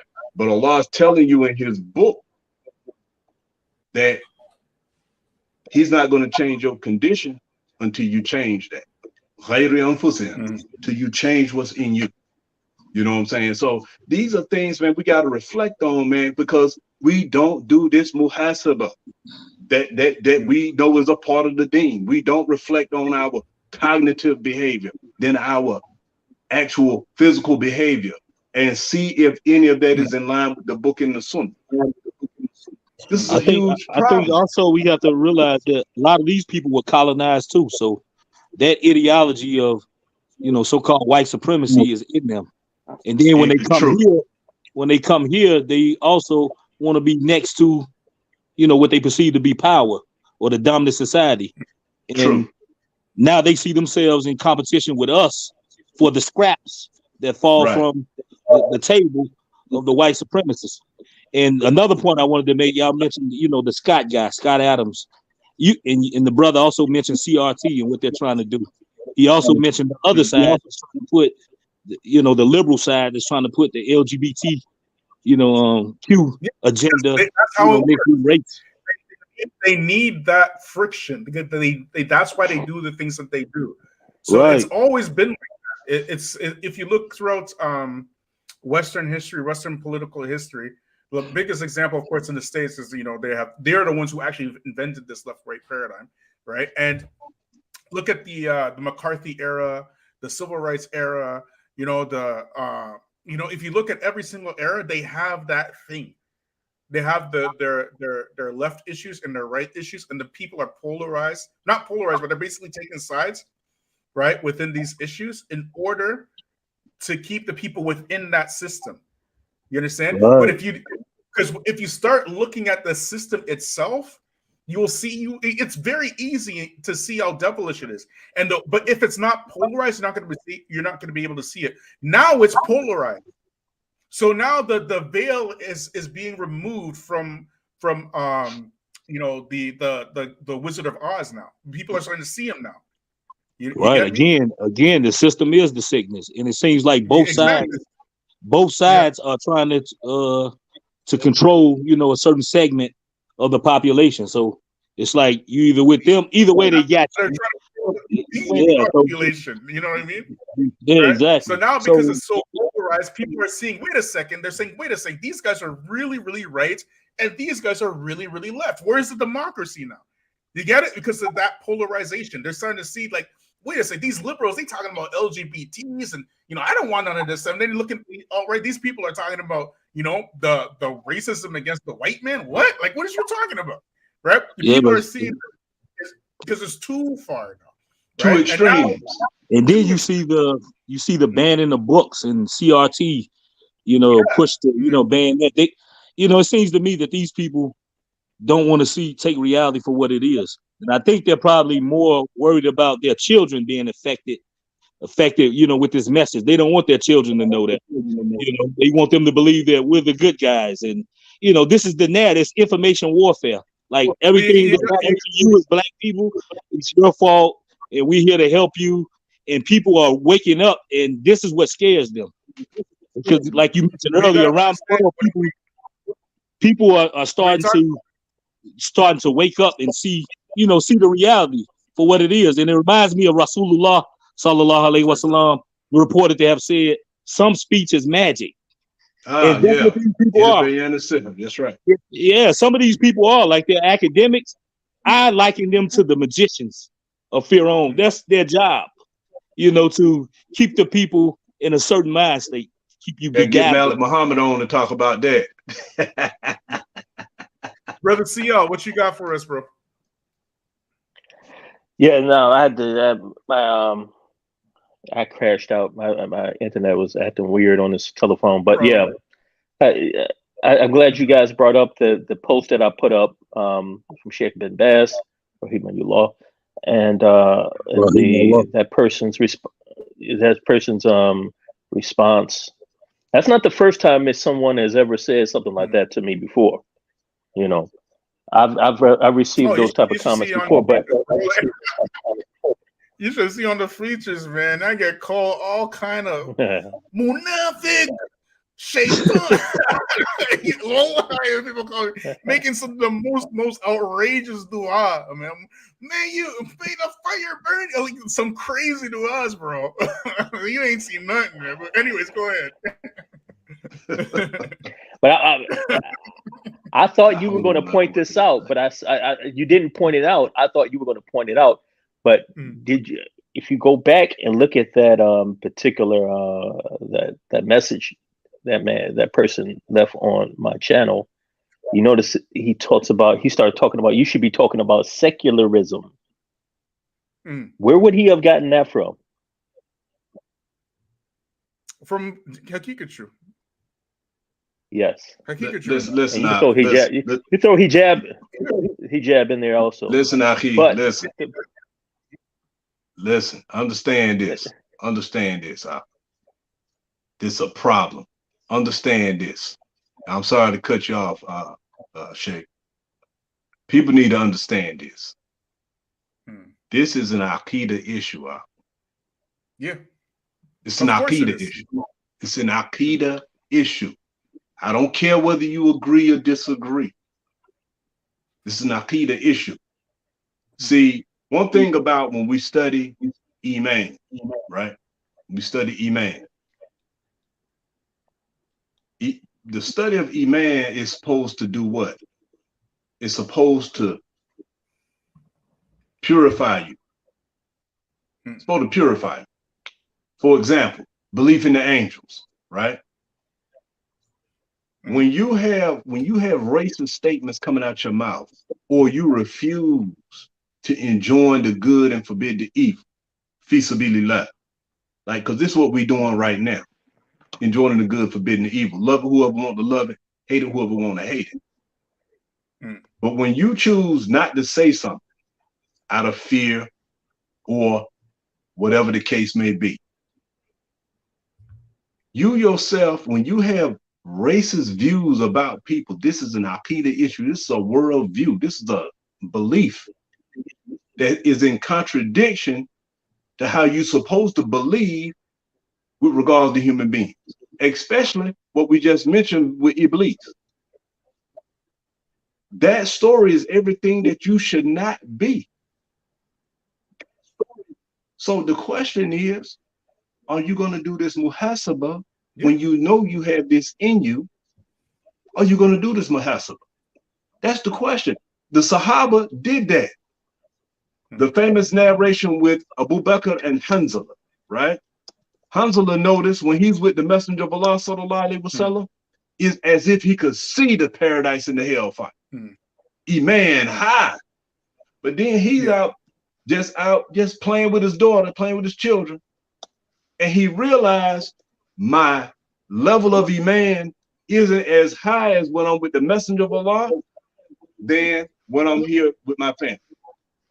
So he said about himself, when Abu Bakr came and inquired what was up with him, he told him what was up. He said, Nafaka Hanzala. He said, Hanzala is from the hypocrites. Abu Bakr, he said, well, subhanAllah. Yeah, same way. So they went to who? They went to Rasulullah sallallahu alaihi wasallam at Tabib, the doctor. And Rasulullah explained to them, there's a time for this and a time for that. And if your Iman was at that level all the time when you with me, then verily the angels would shake your hand. They did that necessary what? Muhasabah. You understand what I'm saying? So until, guys, this is the issue of Iman, this is Aqidah. Yeah. So until guys get that in their head and understand that, then everything that the Deen teaches, they're not going to get it. You can forget about it. I mean, me and the brother Bilal, like, you know, we alluded to it. It's like blatant ignorance. He said the problem is like secularism, and then he mentioned Arab nationalism. Like, he should know that is secularism. That's why we brought it up. Anything that's not grounded in the Sharia of Allah is secularism. He's talking about, he want to dismiss that, saying that we have more. The problem is like secularism. Like, that is a form of secularism. So that just shows the ignorance right there. Well, here's the thing. Here's the thing. You see how you want to hop in there or what? Yeah, let's see it, because I cut him off by I apologize. Yeah, let's see he'll do his thing. No problem, Sheh. You know, you was dropping some jewels. Awaken to life, man. You got a lot to say. Why don't you come up and come school the panel? Yeah, I see them. I see, you know, I don't pay attention. I mean, I want to hear. I know he's a troll, but I want to hear some of this wisdom. These people have all this wisdom. He don't want that. He don't want no parts of this. Straight up, these people are cowards. They're brave behind keyboards. That's why they do that stuff, right? They trying to get a reaction out of us. That's why they come here to do that stuff, to get a reaction, so we can go off track. But here's the thing, okay? Your life, it only goes so far, right? And then after that, you're going to die. You understand? When a person is godless and they really don't care about anything else except for this particular life and everything that goes on in it. And as long as they are comfortable at the behest and at the oppression of other people, when they meet Allah and they have to answer for all of that godlessness that they did in this life, standing up for the most wicked people in human history and defending that, instead of standing up for those people who those same people had their necks on, then I personally hope that Allah will give me a chance to kick these people into hellfire quicker. I don't feel sorry for them. They don't feel sorry for us. You see what I'm saying? So well, like the brother Hanif said, it's an Akida issue. Yeah, it's an Akida issue. Of course it is. And the funny thing is, they think they're being smart and intelligent, but what you are doing, actually, you're doing us a massive favor, because we've been saying on this channel for the better part of 2 years that these are not your brothers. And now the lines are getting less and less and less blurred. And they are seeing, the black folks are seeing now, you know what? These people really aren't our brothers. Because look what they come and they do. You understand? We ain't talking about what this person is talking. He out here trolling. But what you got to understand is that every single thing that you write and every single thing that you say, on the day of judgment, that will be on your scale. And I cannot wait to see the scale of some of these bones and biscuits on Yom Kiyama. You got to understand that all of this hate, this unwarranted hate, black folks didn't do anything to these people. Black people, all we did was exist. That's all we had to do. All we had to do was have black skin and thick noses and nappy hair and big lips. That's all we had to do. And that was enough for them to spit their vitriol at us, just like Iblis to Adam. What is the difference? All Adam had to do was exist. And furthermore, Adam was there existing. Did Iblis leave Adam alone? Did Iblis leave? No, he didn't. We're out here talking to family. Are these Iblis leaving us alone? We ain't worried about them. They came to us. I bet you if you recite the ayatul kursi on this guy right now, he probably melt. He probably melts. They're demons, bro. And when you look at this left-right paradigm, you're talking about the kids. I want to bring this up, right? You're talking about, these people are worried about their kids and stuff. These people on the right, they're worried about the kids, what they learn in school. You're talking about the children of demons versus the children of devils. What's the difference? These same children they're trying to protect from the LGBTQs and stuff. They teach their children to sick dogs on immigrants and to ship them in buses in other countries and to make mass prisons and concentration camps. I think they want them. What I meant was, I think they want them to see themselves as like good, like the lies that they tell them. Like, we don't want them to know the true history of what our people have been doing. Yeah, exactly. Yeah. And did not Iblis himself go to Adam and tell him, "I am a sincere advisor to you"? Yep. The same people, bro. He swore to them. He swore to Allah. Yeah. I'm a sincere advisor. Personally, I think that Adam fell for it because I think Adam fell for it personally because I think Adam probably couldn't fathom somebody being so wicked to even lie using the name of Allah. Exactly, right? So where is really the difference when Hanif is saying this is an Akida issue? And right here is the proof in the pudding. Why was Allah telling us the story? because we see people like that in our time. People with human looking bodies and human looking faces. Yeah, I mean, Allah tell us in Surah Nas that they're devils from among men and jinn. Yeah. Go ahead, Abu Burak. Go ahead. Sorry, I just went on that way. Big shake. I wanted to Salaam Alaikum. I wanted to read this hadith from the Prophet sallallahu alaihi wasallam, where the Prophet said, "La fadla li Arabiyyan ala ajamiyyan, wala ajamiyyan ala Arabiyyan, wala li abyada ala aswada, wala li aswada ala abyada, illa bi taqwa الناس من آدم وآدم من تراب."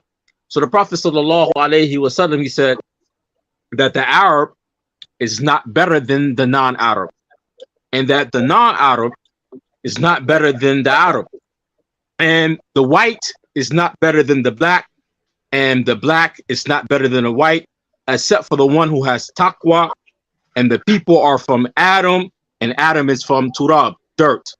So if you look in this hadith, the Prophet sallallahu alaihi wasallam, he distinguished the difference first between race, the racism between race, and then the racism between skin color. I want to remind you, at times when we read hadith or we hear ayats in Quran, the one who falls more into the issue or do the thing the most sometimes is addressed first. I give you example. When Allah talk about la yaskara qawmin qawm, do not belittle each other. Then Allah said la nisa, nor from the women, nor let the women belittle women. But Allah didn't address, in general, he didn't say the word men, but he didn't say the word women, because women are most likely to fall into the issue, for example. Next, related to the thief, right? First is mentioned about the male thief, then the female thief, because the man is most likely to steal. Then we look at the verse related to zina, or the hadith related to zina. It first mentioned the woman, then it mentioned the man, because the woman is most likely, or because women control the sex, meaning she had to consent for the man to commit zina with her, fornicate with her. So when we look at this particular hadith, when the Prophet addressed about racism, or we say classism or unsariya, which is racism, classism, and sexism, that's the word unsariya. But when the Prophet ﷺ, he addressed, he said, the Arab is not better than the non-Arab. That could be because the Prophet ﷺ was from the Arab, and he was addressing his people, the Muslims, right? The Arabs, right? So he said the Arab is not better than the non-Arab, and the non-Arab is not better than the Arab. Then when he started addressing the skin color, racism based on skin color, he said the white is not better than the black, and the black is not better than the white. Why did the Prophet mention white first? And that's something we need to start thinking about. Why did the Prophet mention first? White, you're not better than the black. And then he addressed black people who are black skin. Then the black is not better than the white. Most likely because white people are most likely to be the one racist towards somebody who is dark skinned. This is just for my looking at the hadith, looking at other ayats in Quran, looking at other hadith when there's a prohibition or it's calling a Muslim not to do something, sometimes is addressed. The one who's most likely to fall into the issue, they sometimes are addressed by names or specifically. If we look at the racism we see today, the racism we see today, where it's racism against somebody because of their skin color, and they're in the position where they use their racism, where it's seen in government or seen in the society, it's most likely the white people. Whites will have racism towards non-whites. I just want to drop that. You most likely, when you look at anywhere, even inferiority complex amongst dark-skinned people who are dark-skinned, the one who is most lighter, they look down the ones who are darker. Indians, for example, the Desis. The one who are more whiter looks down at the one who are black. Even the Arabs, the ones who are white, look at down on the ones who are black. Even black people, the ones who are light skinned, sometimes look down at the ones who are black.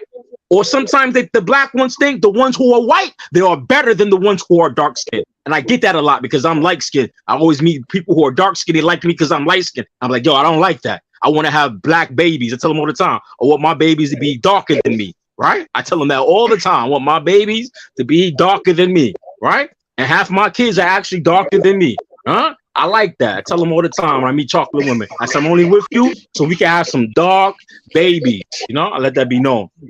So when we look at racism based on skin color, right? So the Prophet, he addressed racism based on race, the Arab or the non-Arab. Non-Arab means anybody who don't speak Arabic, right? So the Prophet, he addressed that, right?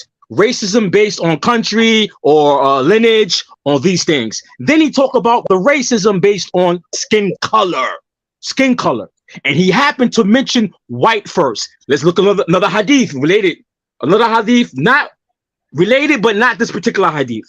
The next hadith the Prophet said about Arabs, he said there's a hadith which is in Bukhari where it says that the white sheep will mix with the black sheep. The black sheep represents the Arabs. This is from some of the tafsir of this hadith. The black sheep represents the Arabs because they are dark-skinned people. And it said the white sheep mixed with them will be like from the non-Arabs. Some scholars say it's the Persians, right? When the Persians entered to the folds of Islam, they mixed with the Arabs, right? So when we look at this other hadith, going back to the original hadith I mentioned, we said the white and the black, I give it that. The Prophet knew most likely you're going to see racism, most likely is going to be coming from whites against blacks, even though he had touched black people having racism against somebody because they're darker, right? So we have to look at it. When we look at the world today, I look at white people today in America or in the European or in the Western world and their hatred for blacks, we have to ask, what is it really about? What are they really scared about? We learn American history, for example, Christopher Columbus, he discovered America, which is a lie. The truth is, the Europeans didn't want to do business with Arabs and dark-skinned people. That's what the truth. So they wanted to look for a route to India. So in reality, white people are scared of people who are black, people who are dark-skinned, ruling over them, conquering over them. That's where the foundation of a lot of their racism is. They don't want us to rule over them. I think it could be definitely something. I know it's definitely something that Iblis inspired when the brother mentioned, Iblis with Adam. I remember saying this in like the foreign Muslims, man, they got so mad at me. I told them I believe that Adam was black. I told them, you don't have to believe it, but I believe it.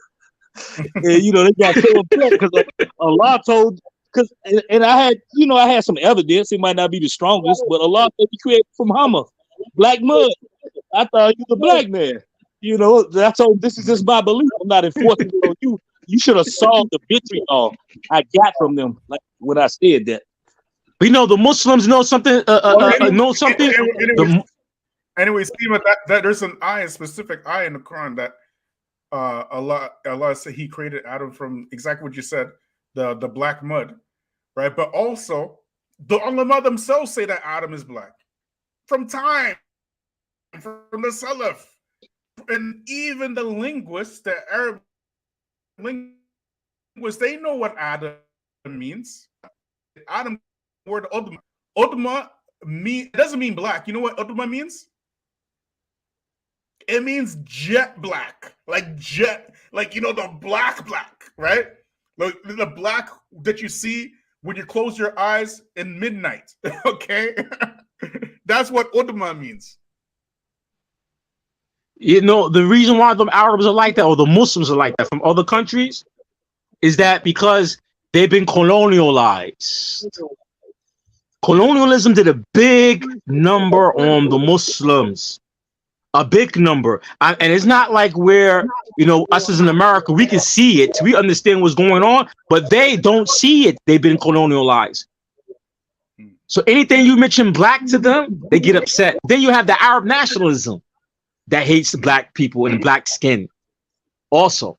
Because you will see a lot of anti-blackness from Arabs today. Even some Islamic literature and Islamic writing by scholars you see how they describe black people. There's like one of my companions in Medina showed me this risala from somebody from the Caliph, where one of the individuals from the Caliph, a scholar, he was black and had black features. And one of the scholars described him. He said he was a good scholar, but he had big lips and was black.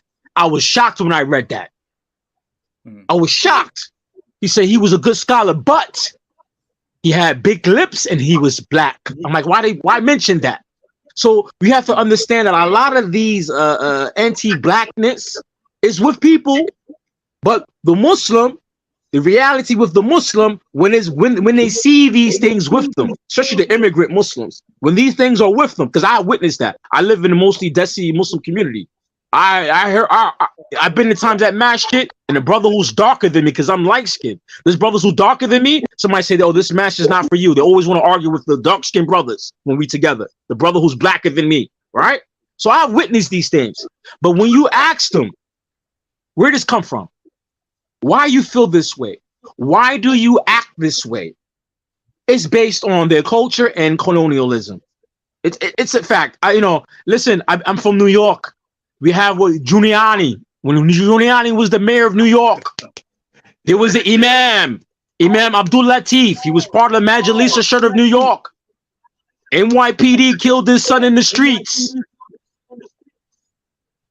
And Giuliani was the mayor. And the Muslim brothers from Majlis Ashur of New York was boycotting Giuliani. One of the imams told me this story. He said that when they was boycotting NYPD, there was some type of business venture for the immigrants. So some of the Bangladeshis and the Desi Muslims, it was said to them by Giuliani, if you guys could come, but don't bring those niggers. That was the words that was told to me. One of the imams from our community here. He said, you guys could come, but don't bring them niggas. So the brothers, I asked the sheikh, I asked the imam, did they go? He said, for sure they went. And after that, the Desi Muslims, they left the Majlis Ashur of New York alone. Left them alone until 9/11 happened. Until 9/11 happened. Because them kuffar, them white folks, them police was after them. So listen, man, they came to America for dunya. They didn't come to America for deen. They didn't come to the West for deen. They came here for dunya. They sold their deen for dunya. So I personally, I don't take none of them serious when it comes to deen. I don't take none of them. None of them. When we talk about Abdul Karim Zaid, when he write Daniel to his show, I never take Abu Zaid serious. You know why? Because I lived in Egypt. I've been married to an Egyptian for 11 years, got 3 kids. I know Egyptian. Egyptian in Egypt, they got poverty in Egypt. You got Akhlu Kubur in Egypt. You got people even in Cairo live in the qabr, live in the graveyards because the poverty is so bad. And the shirk and the kufr in Egypt with the Muslims is big. Akhlu Kubur is big with Egyptians. When I see Abu Zayd, the first thing I say, why are you still here in America? Why are you not calling your people to Islam in Egypt? Why are you not calling them to Salafiyah in Egypt? You know how many masters I've been to in Egypt that got graves in it? And I'm not talking about just in Cairo. Masjid Hussein. I was in Tanta. They got qabrs in there. The Muslims, you have Muslims traveling from other Muslim countries to go to visit graves in Egypt. You got Indians. You got Indians from India going to Egypt to visit the graves. So I heard Abu Zayd and I see him with Daniel. I know, man, the first thing I see when I see this guy and he's like this, I said, this is a Muslim Egyptian who is afflicted with colonialism, inferiority complex. I don't take the immigrant Muslim serious. I'll be very serious. You lived overseas. Hanif been overseas. I've been overseas. When I see the Muslim here, the first thing I ask myself, why are they here? Why are you here? It's dunya. It's dunya. If they all action is based on intentions, they came here for dunya, and that's what they are focusing on. So if to secure their dunya, they have to get with the white supremacists, they're going to do it. Like in the same example I gave you about New York and when they killed Imam Abdul Latif's son. This something was even in the newspaper back in the 90s. They went with Giuliani, those Desi Muslims. They didn't want to support the brothers. They went because they came here for dunya. So we will never get any support from them. Never. And we should never even wait from any of them to give us any support. Never. I don't respect none of them. That's what we say all the time, that we as black folk, how much more licks do we need? You know what I mean? If you need more licks, Allah is always willing to oblige. Our people's the problem with our people.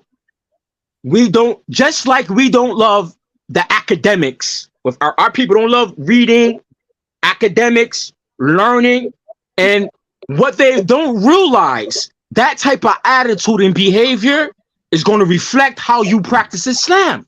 Because Islam is not somewhere you just go to Juma Friday and that's it. You have to really understand the deen, as Allah said. As Allah said in the Quran about learning. Allah says to be Rabbaniyun. Allah says in the Quran to be knowledgeable of the religion of Islam.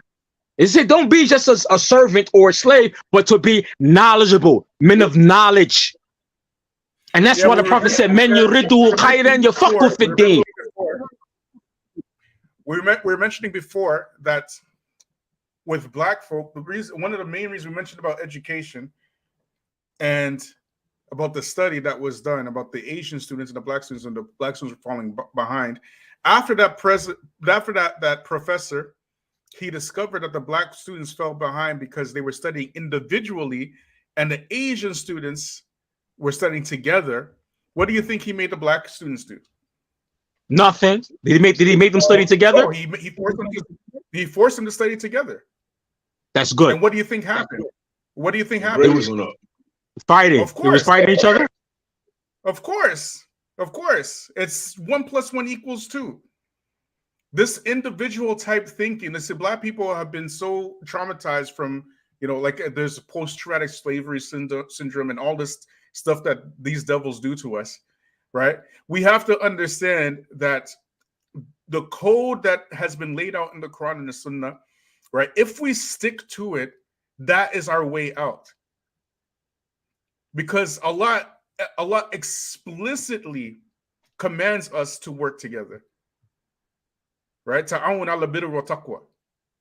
It's an explicit command. Right? So, but anyways, I'll give brother Hanif and brother CL and brother Abu Bakr the last final words, and we'll call it a night, inshallah. Go ahead, Hanif. Yeah, well, like I said before, the issue is with regards to the Muslims, regardless of culture, skin color, to get closer to Allah, we have to do our best to implement His commands, do our best in understanding His book. And whenever we fall short, not only should we repent, but we should also check the reality of our iman. Has my iman decreased? Has it increased? This muhasabah that I mentioned. This issue is not talked about enough. This issue of muhasabah. So this will, inshallah, by the permission of Allah, this will help with the issues that we're discussing. And last thing I like to say, because when you have these type of talks and these types of forums, right? I haven't mentioned anything, and I don't think I've heard anything from you or anybody on this group spewing black superiority. And I'm mentioning this why? Because many times when we talk about these issues, then you get labeled a nationalist. But no one here is advocating that black people are better. None of that. Abu Bara just mentioned a hadith right? I just mentioned the story about Iblis. Things that we should stay away from, that we were commanded to stay away. Things that we should learn from the story that Allah told us in his book we should stay away from. So sin. So we should lessen our sins. Iman decreases with the committing of sin and increases with what? Obedience to Allah. It's basic aqidah. So why are we not working hard in this area? Person commits zina, he got to work on being a person who doesn't commit zina. Same thing. The person has issue of hizbiyah, unsuriya, asabiyah like this, then they have to do that work. So this is the last point I want to make with regards to that. Stop blaming the people who are talking about it if they're not exhibiting behavior or speech showing superiority. Focus on what you're doing or what you have. And I'm not talking about your biases. And if your biases are causing problems, then you need to check it. That's it. Check yourself before you wreck yourself. Just that simple. Abu Barak, go ahead. My personal opinion, they are fearful of black people ruling the earth. Listen, at the end of the day, they fearful. If black people rule, black people wake up. I was talking to somebody from Nigeria yesterday, and I had to tell them they Nigerian. I'm like, yo, you know the British made your country. The British raid the borders in Africa. The British are the one taking out your resources from your country. I'm sorry, the Europeans and non-blacks. I said the reality is these countries were benefiting from our stupidity or benefiting from our oppression or not able to work together. They benefiting from it. If we wake up, that means that they no longer can steal from us. They no longer can take our resources. They no longer can oppress us. They start losing wealth in their country. They start have to really working. They start suffering. So if we woke up, that means that we rule, we control our environment, our resources. So they're scared of black people coming together. Because if we come together, and at the end of the day, they know they're going to be under our feet. So they're going to do whatever they need to do to destroy us. And even if they're using us to destroy each other. I just say my personal opinion, they're scared of black people ruling over them, especially here in America. If black people here rule in America, you know what? We're going to get our reparation. We're going to take it. And that's what they're scared of. That's what the white man is scared of in the end of the day. They're scared we taking their wealth. They don't care if we take their women. They're just scared. They're scared that we take their wealth. We do to them like they did to us. That's why they're scared. That's why they hate Islam. They hate Islam because Islam teaches the Muslim the tools to fight. It's part of our aqidah to fight against injustice. They're scared of this. So there's an evidence in the Sunnah directly, and it's a very popular evidence. Right? Most Muslims know this evidence where the Prophet ﷺ, he said, hear and obey the leaders, even if he's a black Ethiopian with a head like a raisin. Why did the Prophet ﷺ say this? Because he knew very well that the Arabs at that time would never follow a leader who was black and had a head like a raisin. That's right. So this concept is very, very, very, very old. Very old. Even one of the Sahaba, when he went to Egypt during the, I think it was after the Prophet ﷺ, he died, right? At this time, who was ruling Egypt? It was the Byzantines, right? This Sahaba was very, very dark, right? So Byzantines are what? They're Europeans, right? They're white folks, okay? They're in Egypt now, okay? So he goes, he's the leader of the Muslims and the leader of the Byzantines at that time. He was like, you expect me to listen to this black person? His can't be. All the way back then he was saying that. But who were the Sahaba putting as their leader? This black, I can't remember his name, was this black Sahaba. This black Sahaba, right? And the Byzantine leader had to sit there and listen to this black Sahaba. He had to take it. He had no choice. That's when Islam was powerful. That's when Islam was strong, right? Because that was brotherhood back then. It was on. And right? And there's more because he requested that companion to get somebody who was white, and that black companion said the people behind the soldiers, they are blacker than him and more fierce than him. Yes, exactly. Yeah. So when you're saying that, it's actually grounded in reality, and it's grounded in these people's literature, with their white supremacist literature that I have going back over at least 200 years. Right, it's grounded in their sciences, where they tried to prove scientifically through anthropology and the slaughtering of millions of blacks throughout Africa, how black people are inferior. Try to measure their skulls and their brains and all kind of stuff. Right, it's that's another live. That's another live. They're on race science. For another time. Yeah. We're going on for a long time. Right? Gobenau and Galton and Madison Grant and all of them. Yeah, but even what's her name? Dr. Frances Cress Welsing. She's the one that outlined the reason why white supremacists are the way they are. It's because of fear of white genetic annihilation. She wrote this way back. And what are the white people talking about today? What are they saying? Great replacement theory. Yep. Great replacement theory is white genetic annihilation. Yep. She's the first person before any white people said it. She said it first. Crest theory. Yeah.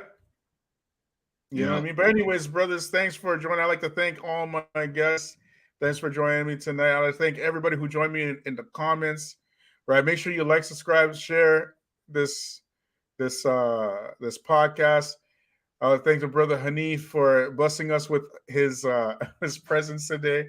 Ayakumullah Sheikh. Right. And catch us on. We're going live tomorrow again, inshallah. Tomorrow, I believe the topic will be, if I'm not mistaken, white supremacy and blackface, because people have this idea that only a white person can be a white supremacist because they don't see it as a system. You understand? They don't see it as a system. It's like saying only a black person can be a Pookie and Ray Ray, and when we know plenty of white folks in the hood are Pookie and Ray Rays, right? Right. White supremacy is a system. You have black white supremacists, Asian white supremacists. The South Asians were white supremacists before white supremacy was even a thing. They've been practicing white supremacy there for thousands of years with Hinduism and stuff. There's even our Pookies and Ray Ray. Just passed one of them today. There you go. All right. You know what I mean? White supremacy is a system. It's a system. When we say we hate the white supremacists, and alhamdulillah, Allah is making it very clear now. Like the lines are getting less and less and less blurred, and these are the very obvious enemies of Allah in the dunya today. If any enemy of Allah had a poster on it or a description in a dictionary or something, it would be the white supremacists first, before anybody else. They spread the most kufr, they spread the most destruction, they spread the most lies, and you know, they have the diabolical systems. You know, who thinks to create diseases to destroy entire groups of people? Who thinks to not just create this disease, but to create the cure for the disease to profiteer off the disease and the cure? Who thinks like this? It's these folks, right? But anyways, white supremacy and blackface tomorrow, inshallah. Okay? So, subhanallah bihamdik, ashhadu an la ant, astaghfiruka wa atubu ilayk. Wassalamu alaikum wa rahmatullahi wa barakatuh. Thank you all, and I will see you guys tomorrow.